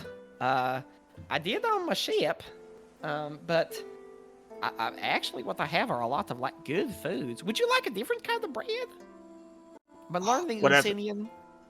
I'll make you some honey bread. Give me a little bit. I'll throw it together for you. I'll go get it. And I say to... Oh, go ahead. Girl, you I say to Ronglin, I say, go for him. I was talking to your friend the other day. I called him up, and he visited really fast. Nifty. Oh, the one on the island. Yeah. Yeah, how is he doing? He seems to be doing okay. That's good. I was hoping he wasn't dead. I think everyone's a little stressed. Oh, yeah. The heralds of death coming to the world really does put a strain on the whole relationships aspect of things. But you seem fine. You look great from the last time I saw you. Thank you. You look great too. How are you enjoying life on the road? Oh, it's just... Well, it's been harrowing the past few days and weeks, but other than that, it's been good, How did you get involved with the Warriors of the Well? Well, you see, our mutual friend, I told him I'd like to be of actual importance once more. Mm-hmm. And so I asked him if I could. He took me to he took me to a wellspring. I entered, and I then joined the warriors after he booped me over there. Lots of traveling by the method I just did. I've gotten used to it now. I haven't thrown up in a while from the transporting. But you know, we were in the Bitterlands for a while with Wee Woo's family. And, in the Bitterlands? Oh yes, mightily cold. Oh. Colder than any wind on the ship I've ever been on. And then, well, there's a lot of things that happened. You know, some of them I think Javian wouldn't like me to express unless he expresses it. Yeah. And Janice, just coming into her own, you know. She's like, you know, one of the most powerful casters I've ever seen. I'm sure you were all high caliber as well. But man, she doesn't understand how powerful she is, I don't think. Mm-hmm. And then Newegg is a joyous face to see. And I've used a trebuchet to kill a Draco Hydra. That was exciting. Me and Wee Woo pushed that. You guys don't know what any of those words mean. Rose's face is kind of like nodding, but she's like a knowledge domain book. Actually, Greta would probably know what a trebuchet is, but Randgrim, I'm curious. Through all of your adventures, do you work out every day? Michael. Craig. Craig and I do, don't we, Craig? I work out with him, and Ro like shows off her arm, and it's like, it's nothing. There is nothing there. Like, there's a little something. There's got to be a little something. Scientifically and physically, there's got to be a little something. I mean, there's persistence. Persistence is half the battle, you know. I do work out every other day, I think, with Wee Woo. Wee Woo is she's a maniac when it comes to working out, but we enjoy a few spars and fights and everything else. Do you work out, Craig? It seems like so. I was gonna say, if you stuck around a little bit longer, then we could. I work out with you. I would. There would be nothing better than to have a workout date with you, my friend. I think that would be. It's not a date. Oh yes, of course not. Yes, of course not. It's not a date. I'm married. Because he was kind of like hoping for like a bromance moment of like friendship, but like hated that he was that like obvious, so he like turns kind of but that guy thing where you were like, oh no, I've showed affection. I might be there. Oh, and I like what time? I don't know. Just I wake up, so whenever I wake up, if you're there, then I'll join. Sounds good. I'll see you in the morning. The rest of you, it just might happen. Of course. Like, someone else. You have gold on you, like we do now. All of us have. Like, you got some gold. Do I? Do you? Don't you? Didn't you say you did? Am I crazy? Yes. Oh yeah. Okay. He's with a knowing nod and a bit of a smirk. He looks at you and he's just like, yes, I have touched the Maker and its magical powers in incredible ways. And then he just kind of like silently looks off in the distance, looks up for a little bit, looks down at his hands, and then he goes on and he says, Are you all followers of the Maker and imbuers of the power that he gives? Yeah, I am. Oh yeah, Craigie, that's your like. Did you just call me Craigie? No, I said Craig is. Take it back. I said Craig is. I do believe I heard Craigie. This is like the worst. You insulted me with that. Tello leans over from where he is in the next room, sipping on his tea, and he goes, "You want to be called Craigie now?" It takes a little sip. No, backtrack.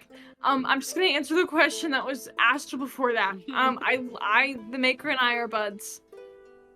I talk to him sometimes, and he talks back sometimes. He doesn't. Is that so? I think he does. Yeah, I talked to him ish. I have many questions about the Maker. Do y'all by chance have a tome or something about doctrines or ideas about him or something? I was asking this terribly strong and terrifying man on a boat the other day about it, but he gave me only vague generalities and hatred of gods and all that. Oh. But he said there should be something somewhere, but I just haven't found it just yet. Gretta can help you out there. She's knowledge god lady. So DM, correct me if I'm overstepping the powers of my item, but Gretta pulls out her inchoatrum and she just kind of flips it open and flips to a page about the Maker. And am I correct that I can look through all of my past notes? It possesses all of your notes and knowledge. Yeah. Okay. But everything that Gretta would have compiled could be written there, whatever she has. Yeah, and I imagine that she writes about. She's in downtime. That's probably an activity, if I can say that. That she's just adding to her notes about it, and she definitely would have recorded the freaking heck. Sorry. This flexible metal book is open in front of you, and Gretta's old hands deftly move through it and move to pages where there are scripts in her text where there are images that will move on the page in response to her in dense, careful, shorthand, and she has a bunch of notes that appear to be from her own knowledge and experience about what she's learned about the Maker, including little notes on a temple she found and sketches and diagrams and all sorts of things. Sorry, please continue, Abby. Can I make a check?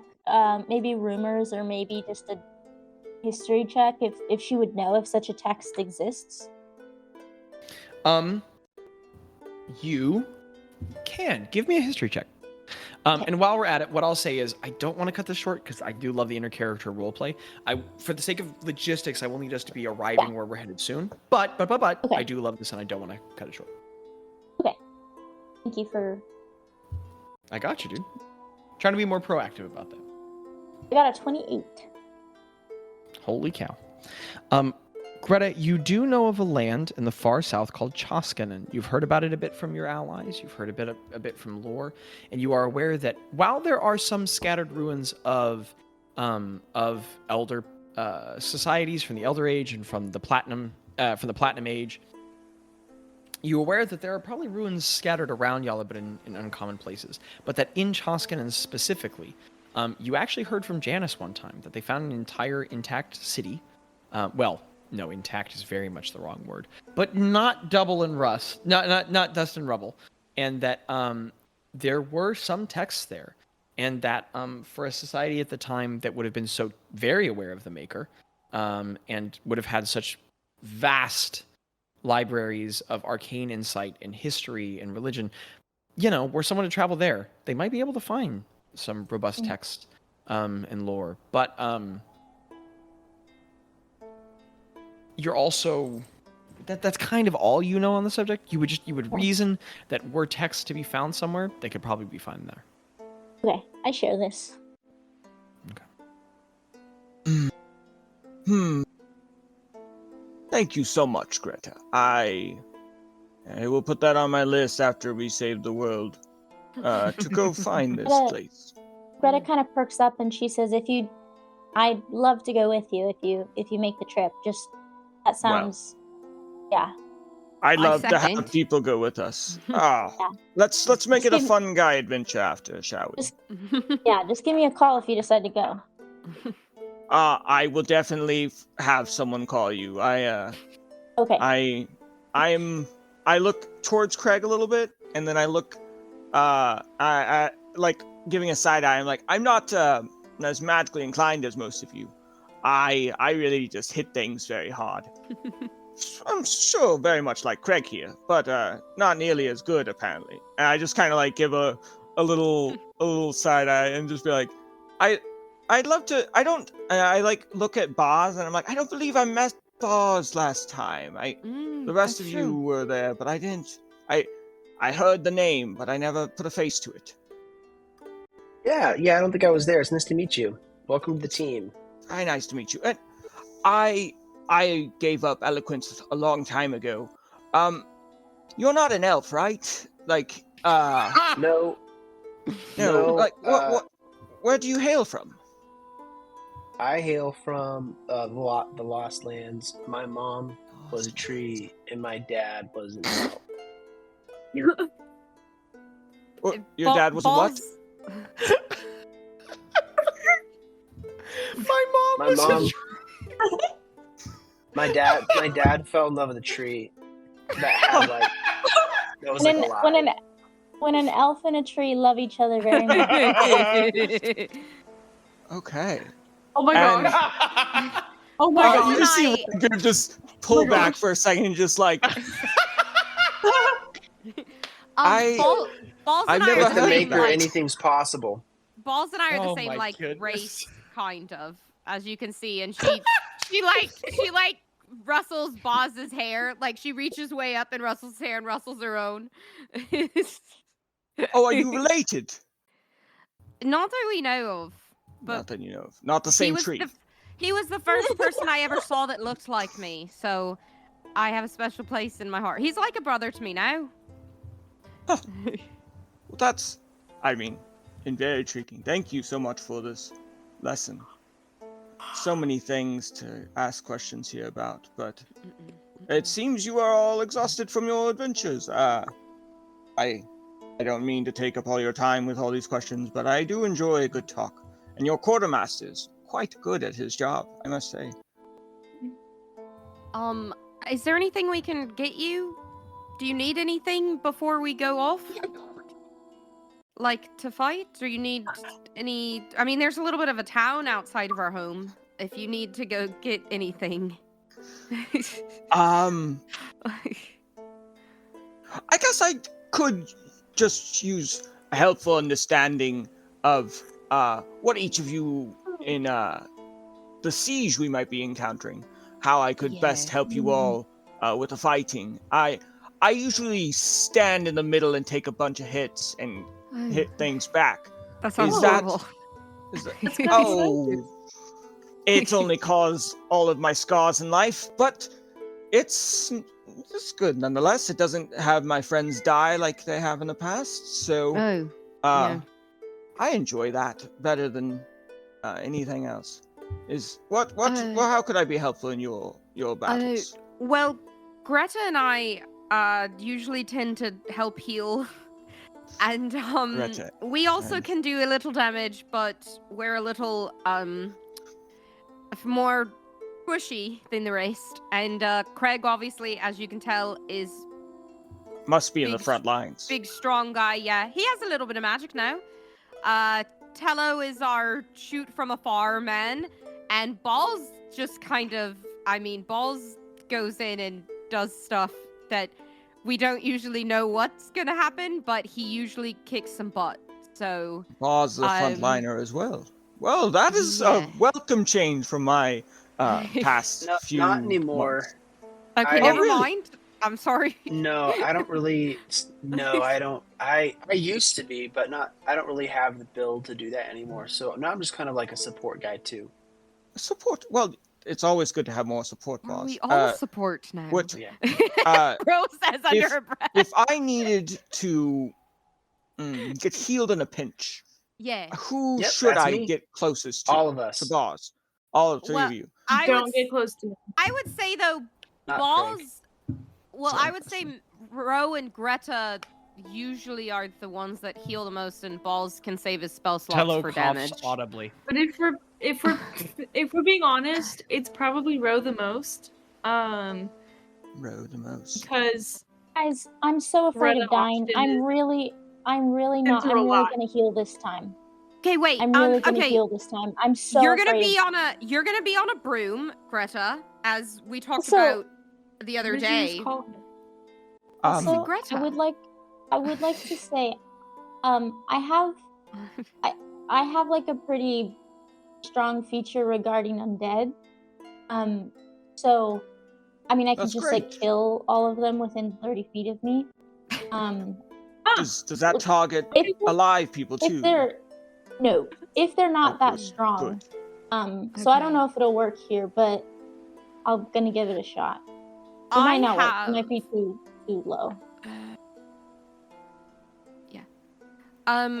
Real quick before we get some sleep, I have some potions and some healing. So if you need, and we also have some diamonds. So if you go down, as long as your body's there, we can bring you back. Okay. Real quick before we go to sleep, who wants to take each of these potions sitting here to have on their person? It doesn't mean you have to use them, but we need to put them in each of our inventories so we know who has them. And also, I have 2 greater healing potions. No, I have 1 greater healing potion. What does everyone else have, and where are these going? Ella says, Craig has I have sweet dreams. 1. I have 1. You have 1 greater healing potion? Balls, how many do you have? Ella does. How many Well, I have healing 1. potions? You have 1? Okay. Craig, do you still have yours? Don't ask me that question. I think I have 1 vial of bottled talent. No healing. Did you use yours? Okay. What? No. Okay. I don't think I wrote down that I had 1. Well, everyone got 1 at the beginning of the Me-Score fight. That. Unless you used Greg it used in the his Me-Score. on dex saving throws. I did? Or His con healing? saving throws. Yeah. No, he had a healing sorry. potion. I was talking about bottled talent. I wasn't Yeah, listening, no, so I'm sorry. talking about Don't the listen to me. healing potion. I'm dumb and silly. My bad. Okay, who all's taking one I of have one that these I guys? Sounds like Craig could use one. I say, do we have time to go buy more healing potions or not? Probably not at this point. No. Okay, because we're leaving tomorrow. Can I take one and put one in Craig's pocket? Just in his, give me a. Are you trying to be sneaky, or are you just trying to do it? Craig, I'll do try you to be have sneaky. one? He just fell asleep. Do you have a Give me a greater sleight of healing hand for potion? fun. I mean, I Oh, have yeah. 1 from last time. I good didn't one. use That's it. what I mean. Yeah, then I have. So you have didn't 1. know that I Okay. had 1, so. Oh, that's negative in this one. That's awesome. A 6. Oh, an 8. Well, Craig, what's your passive perception?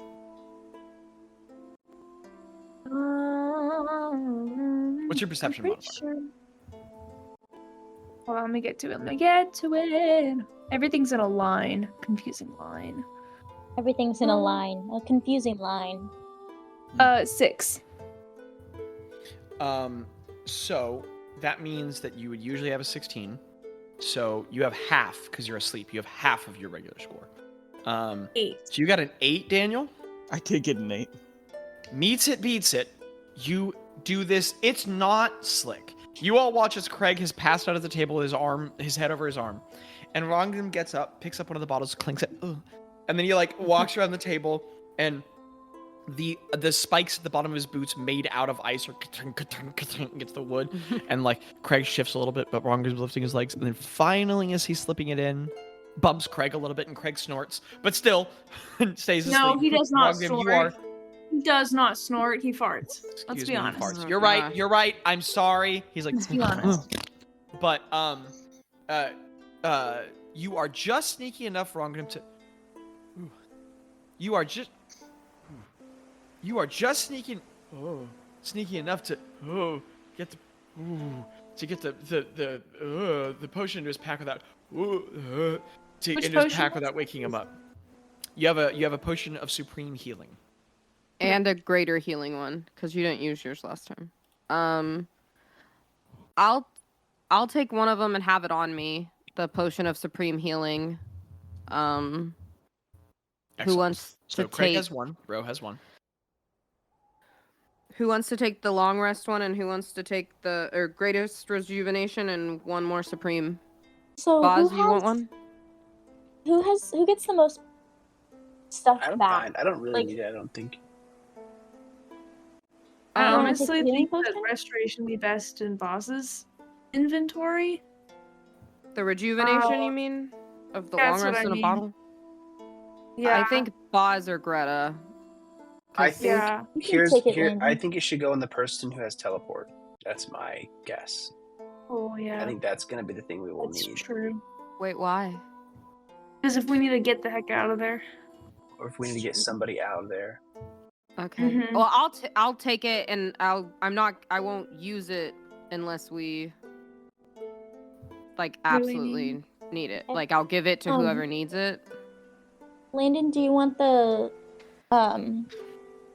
supreme healing potion? Is that what Everyone's it's one. I'm all called? good. Okay. Yeah, potion of supreme healing. I wouldn't mind having that if nobody else wants it. Yeah, because you don't Yeah, have no, a you can greater take it, healing Greta. potion. I will rely but- all on your spells. Okay. We got you, Engrim. We're not gonna let I, like, you. crack my We're not gonna shoulders. let you die with the fun guys. If you're gonna die, you at least got to do it with the Warriors of the Well. That would be sad. Tello audibly laughs and sips more of his drink. I mean, I'm just being honest. If I were to die, I'd like to die with my party. You know, That's sweet, I mean, Ro. Me too. we're to this point where we can openly talk about our own death. No, and, it's fine. It's you fine. I'm know, just I gonna go to mean- bed. And he Okay. he Yeah. leaves. Okay, Craig I'll wakes take up this. and starts taking off his armor right in that room. Oh, In a half awake, half asleep mess, he starts just and then he like makes his way Ka-chink, tunk, tunk. just slowly like leaving pieces of armor on the ground and like getting to bed. Spagoober's coming behind you, picking them up, carrying them after you. Zach, is the greatest rejuvenation bonus action to drink, action to administrate to someone else, like the other potions? Yes, same. All potions. Okay. All potions function the same. And All I potions. will. I'm making it very clear that I will only use this in like whoever we need to give it to. I'm not gonna lightly use this, just so everyone knows. Like it's No going to the sips. person that needs it most down in the a most. situation. Got it. Party go night night. Yeah. Oh yeah. Having thoroughly talked out their strategies, the fun guys retire to their beddings, and they take honestly a stressful night's sleep. And it is the next morning that everyone gathers together. Spagoober has prepared for you a very hearty breakfast, and he packs a bunch of food. He knows that you all have the magic to feed yourselves, and he packs you with a bunch of food anyway, and puts it in like heavily wrapped cloth, and makes portions for you as well, Ranga. And he says, "Okay, this is for your journey. Please be careful, okay? I want you guys to come back to me." Ro And, gives a kiss to Spagoober on the cheek.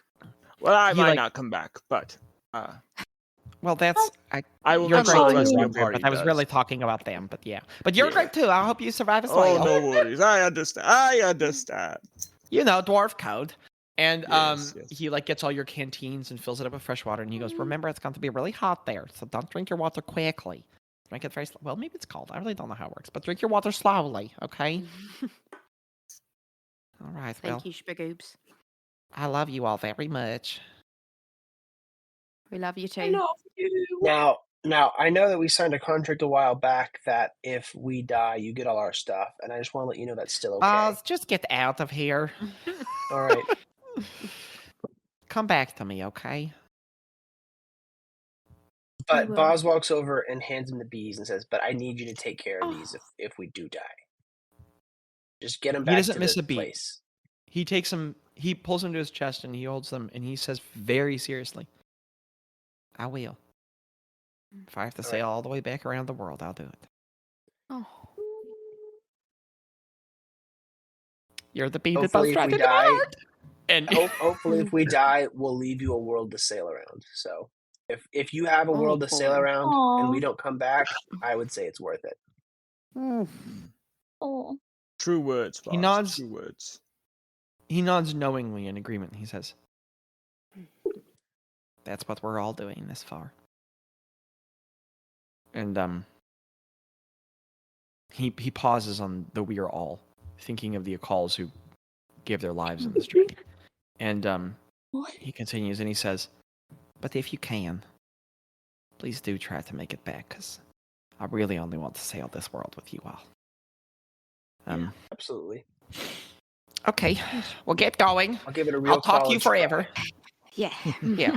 Craig wraps him in a hug, lifts him up, and squeezes him, and then like does this, and then sets him down and feels embarrassed after. A bunch of his joints pop, and he looks you back and he goes, "I love you too, buddy." Goodbye. Well, Are we teleporting there? yes. Okay, that's what I thought. Okay, I just wanted to make sure. And as you ready your spell, Rowena, as you think of this terrible land described to you, a place to which you have never ventured, I'd like you to, as a reminder, this is a new location to you. Yeah. So you're going to. That's not a bad idea. Hold on one second. I can't find my pencil. Oh, I'm so afraid I'm gonna. All right, fair enough, Micah. Problem resolved. Okay, so you're gonna want one later. But Ro, with the nature of teleport, you are not familiar with this location. So this is going to fall under burp. Yes.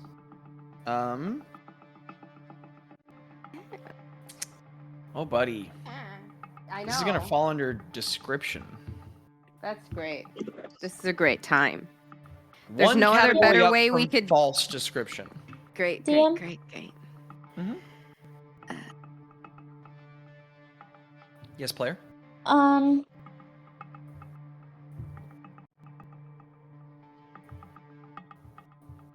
I am wondering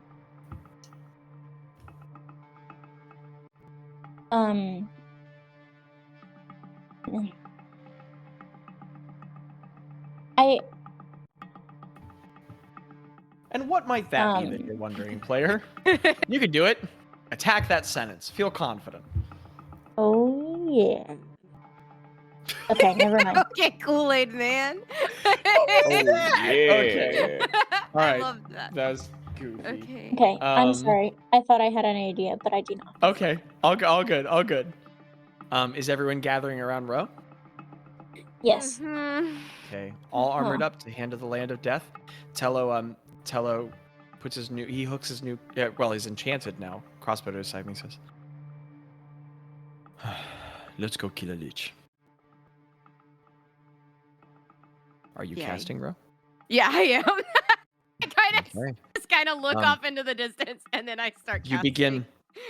You begin. The motion is very complicated for teleporting your loot. It requires like it's this like really complicated like descending and ascending scale. There's like and as the layers start building and building and building, the energy starts swirling up around you, and you all can feel the energy building. And Ro, I need you to roll me a D100. Why don't you roll it in your big skull tower for us?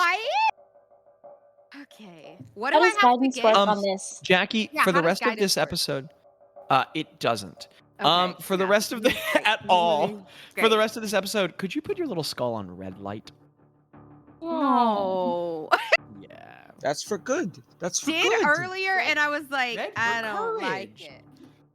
Red for Red courage. is for the I blood like of Christ. It's not for courage. Come on. Okay, I put it on red. Don't tilt Okay, back. I put it on red for a second, and it was like yellow, and I was like, what? Yay. Well, Oh, that's Okay. so sick. We have to send a picture of that to the patrons. All right. Oh, I'm gonna do Here we it go. on camera. Patrons, Is it's there? a What do I have skull to get? with the mouth open, and then there's a light inside the mouth. but it's cool because the mouth is unhinged and it can roll your dice, and that's what makes it cool. Okay. No more picture needed. They're loving this. Got him. So Now that I know that they're there. This is not. Yeah, but I know that they're there. No. Well, I real. already rolled, and I know that it's bad. It's very bad. Oh, no. Oh goodness. Oh my gosh. Why don't you tell me what you rolled? Don't you have guidance? I don't. The guidance won't do anything. Oh. I'll tell you what. If you want, you can add a D4 on to try and get it to go up. That I can tell you right now with the roll I got, that's not gonna help us. Oh, You have inspiration? I do not.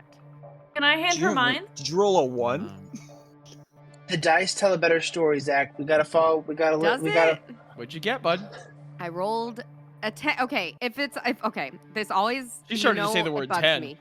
Well, if one of the ones is a 10, that's in the teens, right? Oh. So the On which Right? die? This On one- the D100 or this on one the... is a 10. Yeah. Yeah. If the D100 is a 10, you're in the teens. Oh.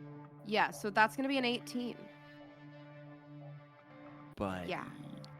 Yeah. And as Rose Power Aw. collects everyone and I trust you, Ro. you got I don't The like last that word this is is before on every- me. It is. As everyone sucks together, I'm gonna need you to give me an odds or evens, Jackie. I mean, I already know the general class of what's gonna be happening. Odds. Oh, this plays in so well the way we Always. are. Does it? Phenomenal. I don't like this. My face is so hot now. It's not your fault, Jackie. Oh no, I rolled an even number. What a bummer. That was an 8. Ro. And so, okay. One more, Jackie. Mm. One more. One more odds or D100? evens. Oh, one more odds or evens. Mm-hmm. 2 things have happened. Let's see if a third does. I'm gonna go with odds again. An 11. Okay. That could have been worse. But it's still bad. Ooh, I'm giddy at the mishap. All right. And so, Ro, as you It's because you made me turn it red. It wouldn't have been if it was oh wait, red. hold on. This music's a little bit. It's a new song. I have some new songs, so some of these are a I little didn't more like intense that than one. these. I don't like that one. I'll be using it later, but I don't like not it. yet. Ro, as you gather everyone up in your power, and everybody disappears, you all, and you all appear with the forward thrust of motion, and you all step forward as the spell often thrusts you forward, and you step to nothing. As you, you all are falling. Immediately, you all take in all around you. I'll tell you what, Jackie. No. Let's be truly fair. Let's make this dice. Jackie, why don't you roll me a D100? Do you really want me to? Yep. Godspeed. And then, Micah, I also my want you to roll me a God. D100. Are you kidding me? And Well, then, I Abby, rolled- I'd like you to roll me a D100. You roll it with. They were the, like, please don't 10, fly. right? Don't fly there. It's not good if you fly. Just don't fly, whatever you do. I knew Don't I fly should have What if you asked flew, Alandra though? to teleport us there. What'd you get? herself. What'd you get, Jackie? Well, I rolled another 10 on that, so it's an Excellent. 11. Excellent. What'd you get, Micah? 11 total. When you roll a D100, is it just the 100, or do you also roll the D10? You also with rolled a it? 10. That gives you the ones Okay. place. Okay, that is. I can't even like look at 51. my dice. A what, Micah? 51. 51. All right. What'd you get, Abby? I got a 98. All right. Daniel, could you give me one of those rolls too? And I'll take another No. one from Landon as well. I got 15. All right. 15's a good number. I like that number, man. That's a good number. What'd you get, Lando? 15's your friend right now. I got 64. Excellent. Roughly 250 feet in the air, The fungi are plummeting. You Above added you, as you our all, numbers. I added your numbers together. You I'm are the bad guy evil. tonight. I'm twirling the mustache. You all find yourselves suddenly thrust into a screaming flurry of wind whoosh, from every ending, and you all find yourselves plummeting out of the air. Dark black clouds roil above you, snapping with red lightning as far thunder. And below you, you find a darkened black landscape stretching. As the party Bazz looks at the landscape to try and discern where they are. Doing? Polymorph. All right, Bazz. Give me. Also, you guys are falling so fast. Yeah. I'm Bazz, give me. people around You have a broom. Hold on. Bazz, what did you get on your? Give me a survival check. Give me a survival. All right. You're really good at Let me use my inspiration. Okay. Oh. Not feeling very survivally today. I rolled a 1, and then I rolled a... I rolled a 3, but I have a plus 11 in survival, so that's 14. That's hilarious. 14. That's one of my best. Yeah. You are not at Already turned all out 14. familiar with the landscape, Bazz, but its general description looks hellish and abysmal. You get the feeling you have Specifically, 2 words I love. what you get the he's feeling- trying... Yes, sorry. You get the feeling you have arrived at the land you were trying to head to, just not at all in the way you meant. And Yes, you're probably what not quite in Bazz the region you want to be. What Bazz is looking for is he's trying to spot, is there a lake below us? Are there mountains? Is it flat? No. Is there scars? Okay, in the screaming landscape, Like as you the are general topography. tumbling, yes, as you are rolling, you do see sharp upward jutting massive like crowns and teeth of stone in the distance, but you're also seeing in the blur of you rolling and tumbling. Thank you. The new songs are awesome. Shout out to ASCII. He rocks. He dropped a new album recently, and I picked up some songs, and I'm very excited to introduce them to our campaign. ASKII, that is my official plug. I support him and his royalty music all day long. His royalty-free music. You also spot a number of deep gashes of ravines in the landscape, and everything glitters with this dark black. The landscape isn't brown the way stone should be. Everything's gray and black and ashen, and you also see thin rivers of light below you. There's probably lava as well. That's what you take in a screaming moment. Jaci, what are you doing? I polymorph into a giant eagle. Excellent. You're casting it on yourself? Yes. Okay. I want you to give me a dexterity saving throw at advantage to try and successfully get your limbs in coordination to cast a spell on yourself while falling like this. Okay, so dex save at advantage. At advantage because it's on yourself and not another person. After this, I'm going to Mika, then I'm going to Daniel, then I'm going to Abby. Yes. The first roll was This is our second time being thrust into the air unexpectedly. It is. And we're not casting Neiman's Tiny Hut this time, so does that give us any bonus? No. What'd you get, Jaci? Thank God for advantage. That is a 22.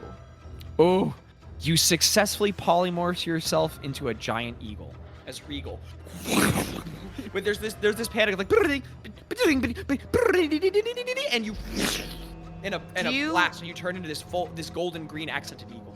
Can I try and grab someone in that time as well, or no? That was your action. Okay. So I didn't know how we were action economy. Craig, what are you doing? Okay, I can go to God. I can turn into I can bring Godspeed on as a bonus action. You can. So I'm gonna say the command word Derenvis, and then I'm going to Excellent. take that out. And then who is closest to me? Because I still have the action to. Right next to you is Gretta, tumbling and spiraling through the air. Can I grab her? I was just thinking smash cut to Mika before we played, being like, I could unattune to Godspeed and attune to the rope. So you give me Craig, as you're tumbling in your armor, plummeting like a rock, you shout, and the metal straps from the gorget like melt off, and the metal brilliant light wings. And as you and right yourself, I need you to give me a dexterity saving throw to grab her. Now you have advantage on those. I do have advantage? Okay, cool, good. You have advantage on those because of the wings. Oh, I love this music. Okay, so let me go to my spellcasting modifiers. Not spellcasting, just my modifiers. This music is getting to me. What was the check for? Dexterity saving throw. It was dexterity? Okay. Okay. That would be a 20, a natural. Oh, okay. A 20. With a 20, you like thrust the wings against the force of gravity, and you like throw up a little bit as there's this intense jolt in your stomach, and it dribbles down your beard. And as you like rotate your wings and bank hard, you snap Gretta out of the air. And Gretta, you are just tumbling in a smear of dark colors, and then there's this like hard jolt. You're gonna take a D4 of bludgeoning damage as you're caught.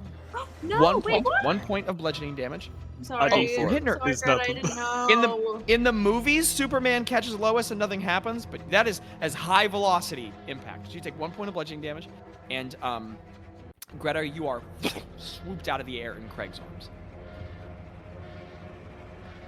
arms. Next in initiative is Rangrim. What are you doing? Oh, Rangrim. Has been in this situation a time or two. Is just like looking around him, and he's just like, I guess I'll call out to you. And I like put my hand in my pocket, and I bring out the symbol of the maker with the. Oh, I forgot. Yeah, the symbol of polymorphing my friend made me. And I'm just like, I look at the eagle that's across from me, and I'm like, please turn me into that. And I express the powers in some way, but Rangrim, so you are also tumbling through the air. I'm gonna need you to give me a dexterity saving throw first to successfully grab your pocket, pull the item out, and pull it to your chest where you can speak it. You have I'm gonna say this falls under your feature as a barbarian, where you have advantage. Oh, good. Well, I got a nat 20 on it, so Zach just said, nah, I don't want to hear Daniel. Sorry. I went to, like, one of the little message icons popped up, and I went to click on it, and it went away the moment I clicked, and then it clicked end call. A nat 20. What was your total, Rangrim? 22. Phenomenal. I don't know about you. As you, like, pull it out and scream into it, please turn me into one of those. There's this, like, little spark of light in front of your forehead, and then this burst of golden fire like raises over your brow and the back of your head, burning down your body and burns your body away. And from the ash that comes behind it, this massive like gold and orange eagle begins flying from the point. That's cool. That's really cool. Pretty sick. All right. Greta, it's your turn in initiative. What are you doing? Where's Tello? Yeah, I was gonna say. He's about 30 feet away from you, flipping end over end, screaming. I. Did you laugh? Did you laugh? Would it be an action to pull out to get my broom? I'm holding her now. You are. I will. In our campaign, pulling out an item we count as a free action. I will say in this context, with Craig's help, even though you're falling at this great speed, we can call it a bonus action to pull out your. That sounds good to me. I would like to. You have it strapped over your back. Yes, that's perfect. I would like to. I would like to pull out my broom as a bonus action. I would like to get on it. I attuned to it the night before. I would like to. Yes. I attuned to it in the sky. That would be funny. You don't. Can someone send me the information for that in Bretta's channel?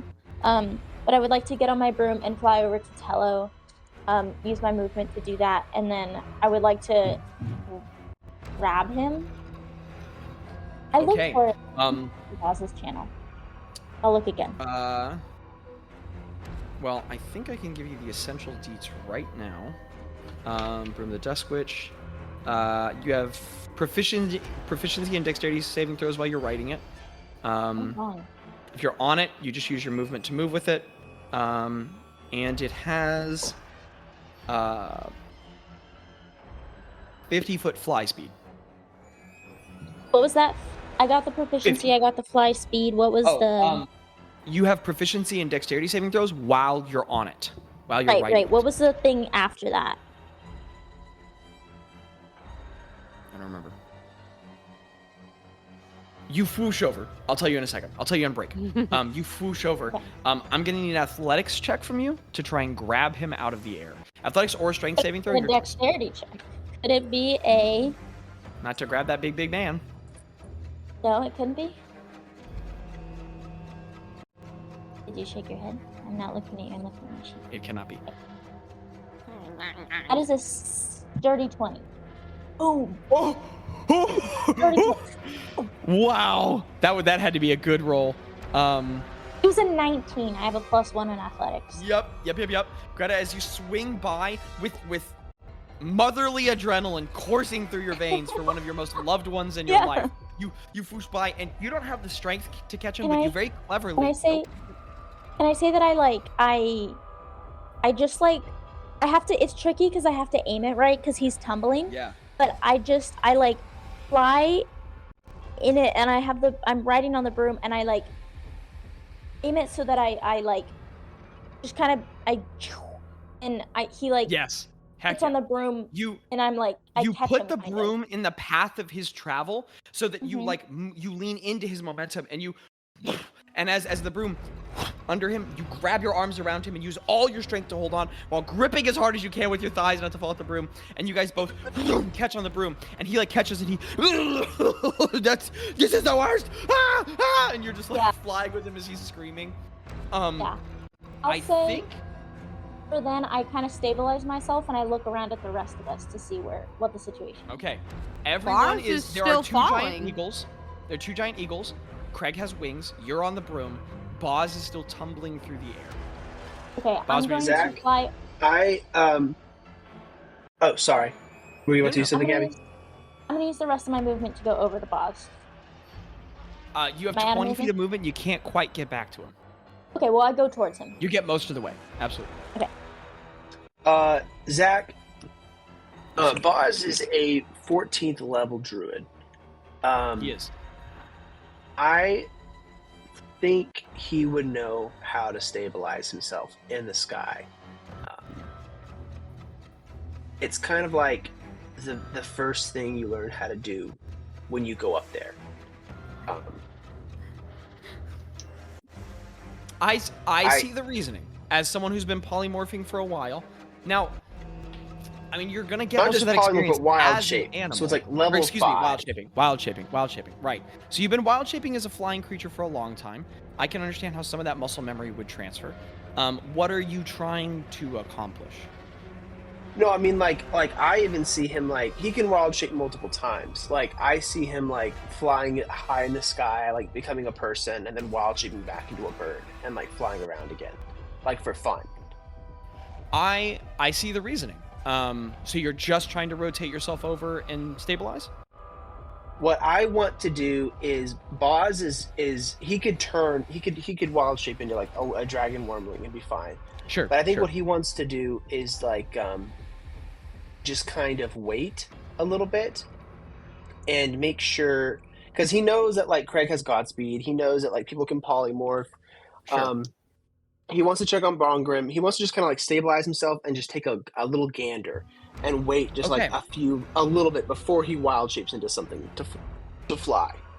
I will say, I think this reasoning is actually really solid. I completely see what you're saying. It's like he's honestly kind of like an experienced skydiver. You're in a really intense role. Give me a dexterity saving throw at advantage, because this is something you're very accustomed to try I and level worked at a yourself. skydiving place, and I've seen people practice how to do this, and it's not as hard as you would. I mean, like this right now is a completely different example, but it's like it's like one of the first things you learn how to do, because if stabilizing while falling isn't that bad. Yeah, stabilizing while doing a double front full into a triple, that's harder. But stabilizing out of a free fall is not that bad.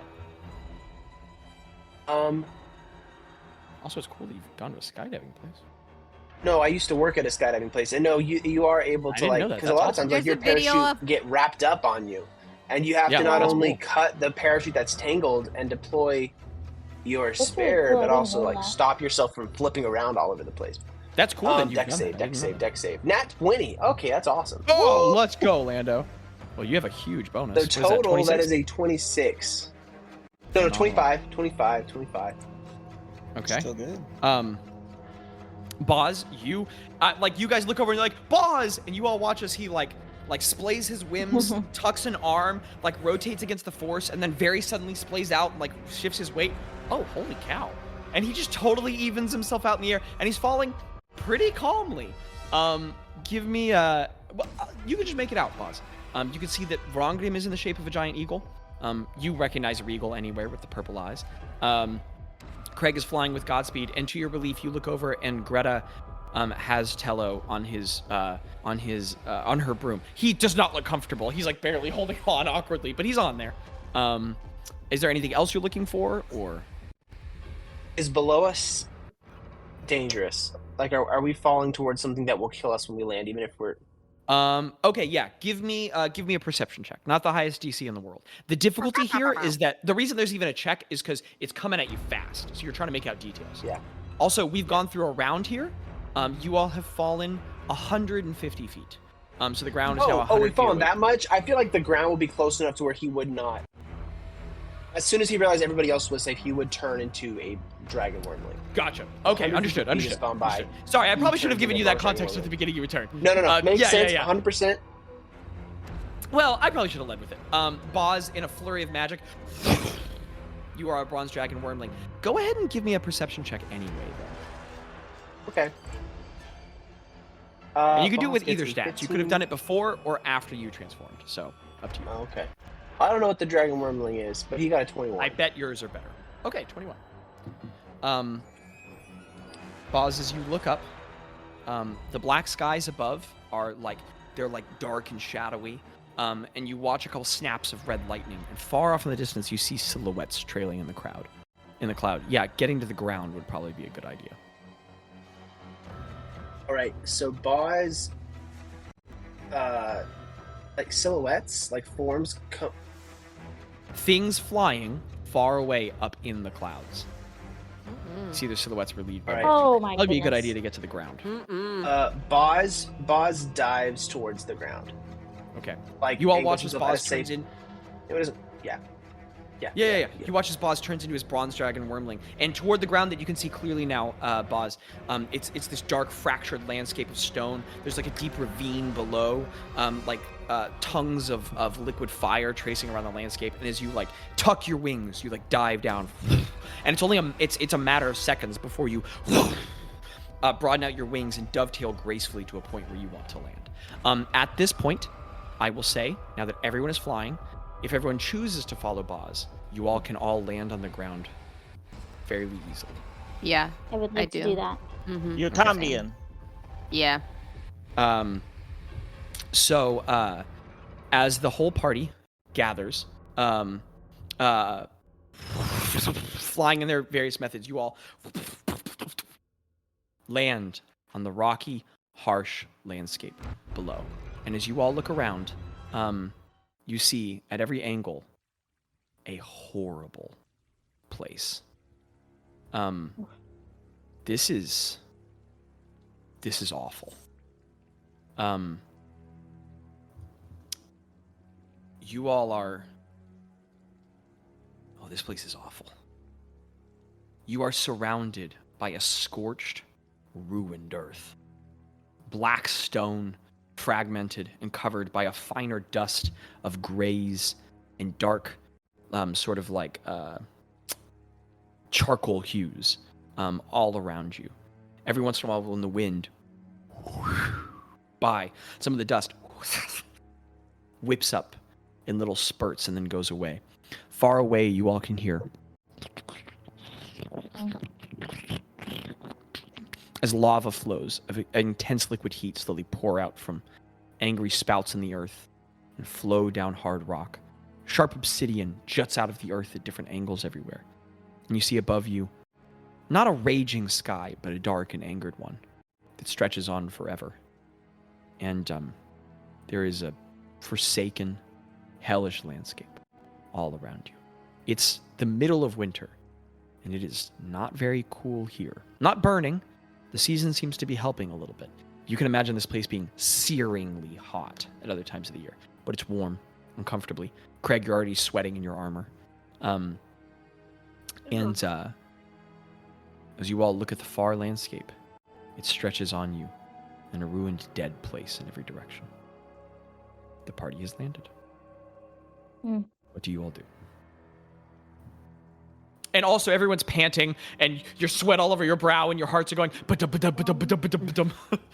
coming down off the adrenaline high. I unpolymorph. Okay. And just say, I'm so sorry. I'm so sorry, guys. No, I gambled that's getting not us your here. fault. That's not your Tello fault leans at all, over a bro. big rock, throws up, and goes, it's no big deal. Bro, it could have happened to any of us. Could you prestidigitate my mouth? Yeah. And she like starts prestidigitating all the As it throw cleans up. off, he goes, thank you. Oh my God. He pulls out his crossbow and he goes, I'm a big, strong elf. And he just like holds it and looks around at the landscape. I think that we need to get a move on as fast as possible. Yeah, I say let's start going. Right, I just saw a hand in the air. Get in there, Daniel. Get in there. It was me. Own the space. I just want to make. Can I make like a perception check as the eagle just to see if there's anything in our vicinity before I polymorph back out of Very it? clever. Are you perceiving for sources of danger or for landmarks, or what are you looking for? I think sources of dangers is his main Give thing. me a perception He lets check. people do that other stuff. Very smart. Daniel. Very smart. I imagine the eagle has good perception. I rolled a 19. The eagle has great perception. I think it's a +6. I Google. 20, Or +5 or something. 24 to 25 then. We'll call it a 24. Oh yeah. It has it. Wait, eagles have advantage care. on perception. Oh yeah, It has I keen remembered. sight. I did at advantage. Oh, cool. I'm sorry. No, you're good. We'll keep You it. have a We'll call it +4 to 24. perception, Daniel. It was a 23, you dirty ginger. Abby said, "Not on my watch." As you look around. Oh, well, you'd also be regal. Let's use the G as well, Regeagle. As you look around, Yay. Regeagle, you look up at the clouds above, and you do in fact see a couple dark shapes dip out of the clouds, but then dip back up and soar away, like a pair of them. Looks like they didn't spot you all. You might have gotten to the ground quickly enough. And you don't see a whole lot else except very far in the distance. There is a big single thinner structure. You'd reason it to be maybe like between 20 and 30 feet tall. And it's very far away, hundreds of feet, maybe even almost 1,000. And it's just standing stock still in the landscape. And as you look, standing, it's like a 20, almost 30 foot tall, like a rough, like it's at a weird angle. It's kind of hard to tell, but with a 24, it's almost like a statue, very far away, of a dark stone. But it's really, really far off, not anywhere near you. Well, I unpolymorph from there, and I just. Oh, how Janice does that, I will never know. But I look and I say, "Great job! I haven't had that thrill in a few days. Nothing of the sort that I can see as an eagle, but there is a big statue about a fifth of a mile that way." Do you think that's Black Fang where we need to go? Well, it looked like a statue. Ro, give me an intelligence 20-foot check. tall statue. Okay. DC 3.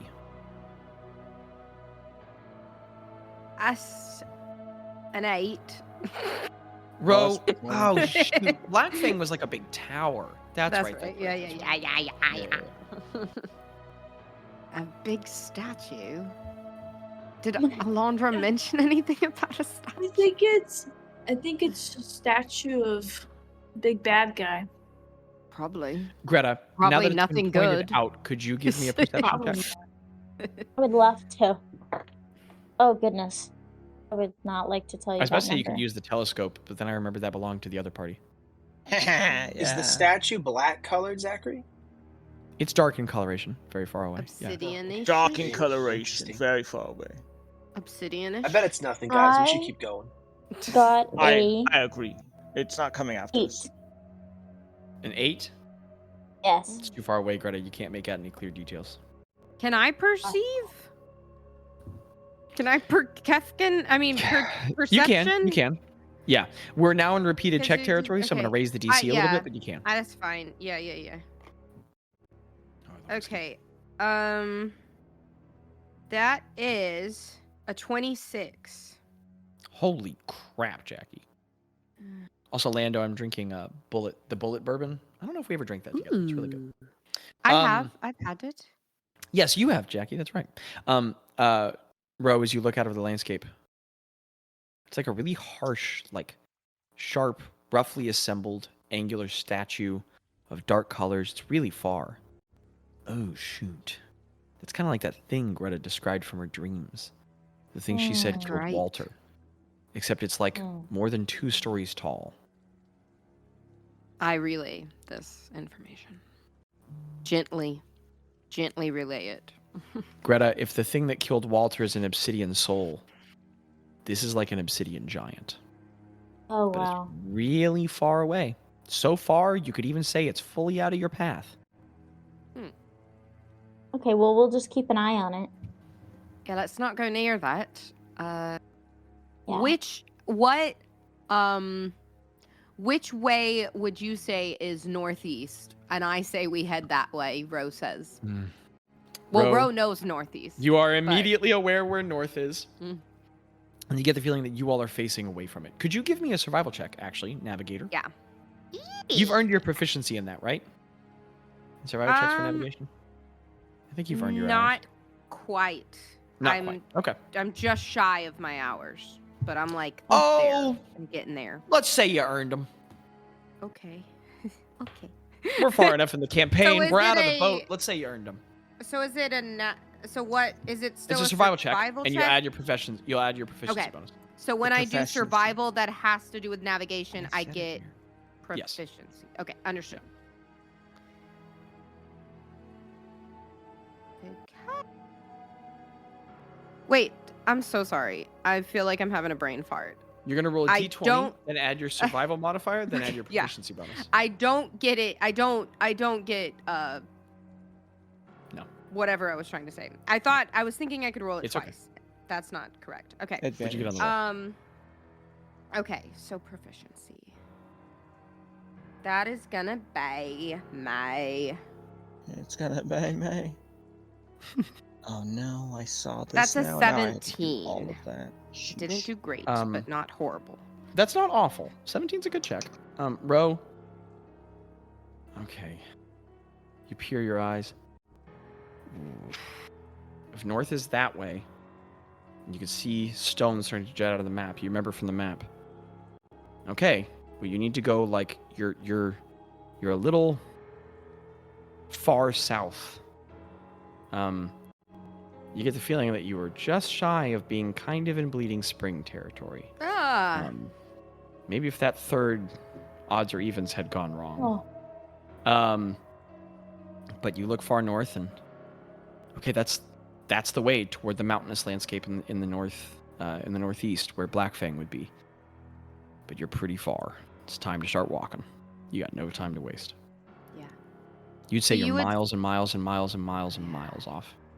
So just for me as a player, are we on the map? Are we like south of the boiling lake, basically. Like I know Ro doesn't know. Oh, yeah. No, I got okay. you. I got you for your own mental acuity. Yeah.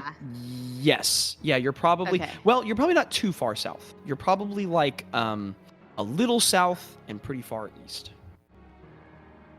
I'm pretty far east. Okay. Understood. So are we past the boiling lake? We're in like the random Who's little to hill say? area. Okay, okay. That's fine. That's fine. Everything's fine. Okay. So let's Okay. We head that way, I guess. All right. Does anyone know any good walking songs? You know, the ship always had good songs. Ro goes, oh, and starts like.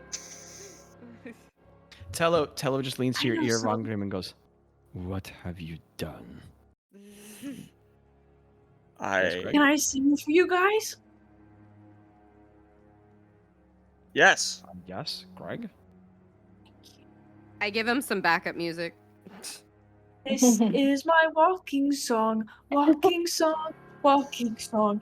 This is my walking song. All with the beat of 1, 2, 3, 4, 5, 6, 7, 8, 9, 10. Okay, and this carries on for some time in the party. I have one. Oh my goodness, yeah, okay. You're welcome, 2, Zach. 3, 4, 5, 6, 7, 8, 9, 10, 11, 12, 13, 14, 15, 16, 17, 18, Tello looks 19, 20, longingly 21, 22, at the dark 23, statue 24, and then 25, continues 26, walking. 27. All right, okay. This is what I sound like when my understand the joke. dog. Did you just say 29, 29, 29, 29? I did. It's Joe! And the party continues. And if we have any more songs, things start gaining hit points. And the party continues. Oh. And you That's all not walk good for for a some bard. time. You walk for maybe the next 8 or 9 hours. Oh my gosh, Zach. You So take a break. rude. You eat. You continue. Along the way, you have to ford unpleasant paths. You have to cross small tongues of lava. You have to move across ravines, but you use your various abilities. You do so rather easily. And eventually, you start encountering a portion of the landscape where more of those statues are popping up every once in a while. And you will recall what Alondra said about it being a little safer in the ravines she found. And you found that some of them do snake toward the north. Does the party climb down into them? Or do you stay above? No, we go to. I stay with going. You'd say that we climb down? Yeah, it's not in the tunnels, but in the ravines. Yes. I think I agree. Okay. It's a precarious journey down, but the party makes it. The lips into them are 15, 20 feet in some places, and they're very sharp. The edges are. It's like the landscape here is obsidian. It's like cut like blades, but you all make your way down into it. And as the party travels there, grimly, moving through the ravine, that is where we are going to end episode 166 of the Accidental Adventures. Okay. Listeners, thank you for enjoying it. We'll go over levels at the end of next session. Yeah. I'll have that information for you. It'll be more permanent then. But we'll come back after a little break. Folks, try and take like a 5-minute break. That's really the goal. We'll try to be back by 50. And if you need to go pissy, I understand. If you need to even poopy, it's okay if it's a little long. But try to go as quick as you can. How long is our break? 5 minutes. We're going I'm for like sorry. 5 minutes, 10's like 10, like really topsies. Okay. Really topsies is 10. But listener, we had those logistics there. I could have done that off mic. Thank you for listening. We are going to come right back with the fun guys and Rongrim to a very exciting second session. So, life's an incredible adventure. You're a very important part of it, and we'll see you next time. Skibbity wob and dada.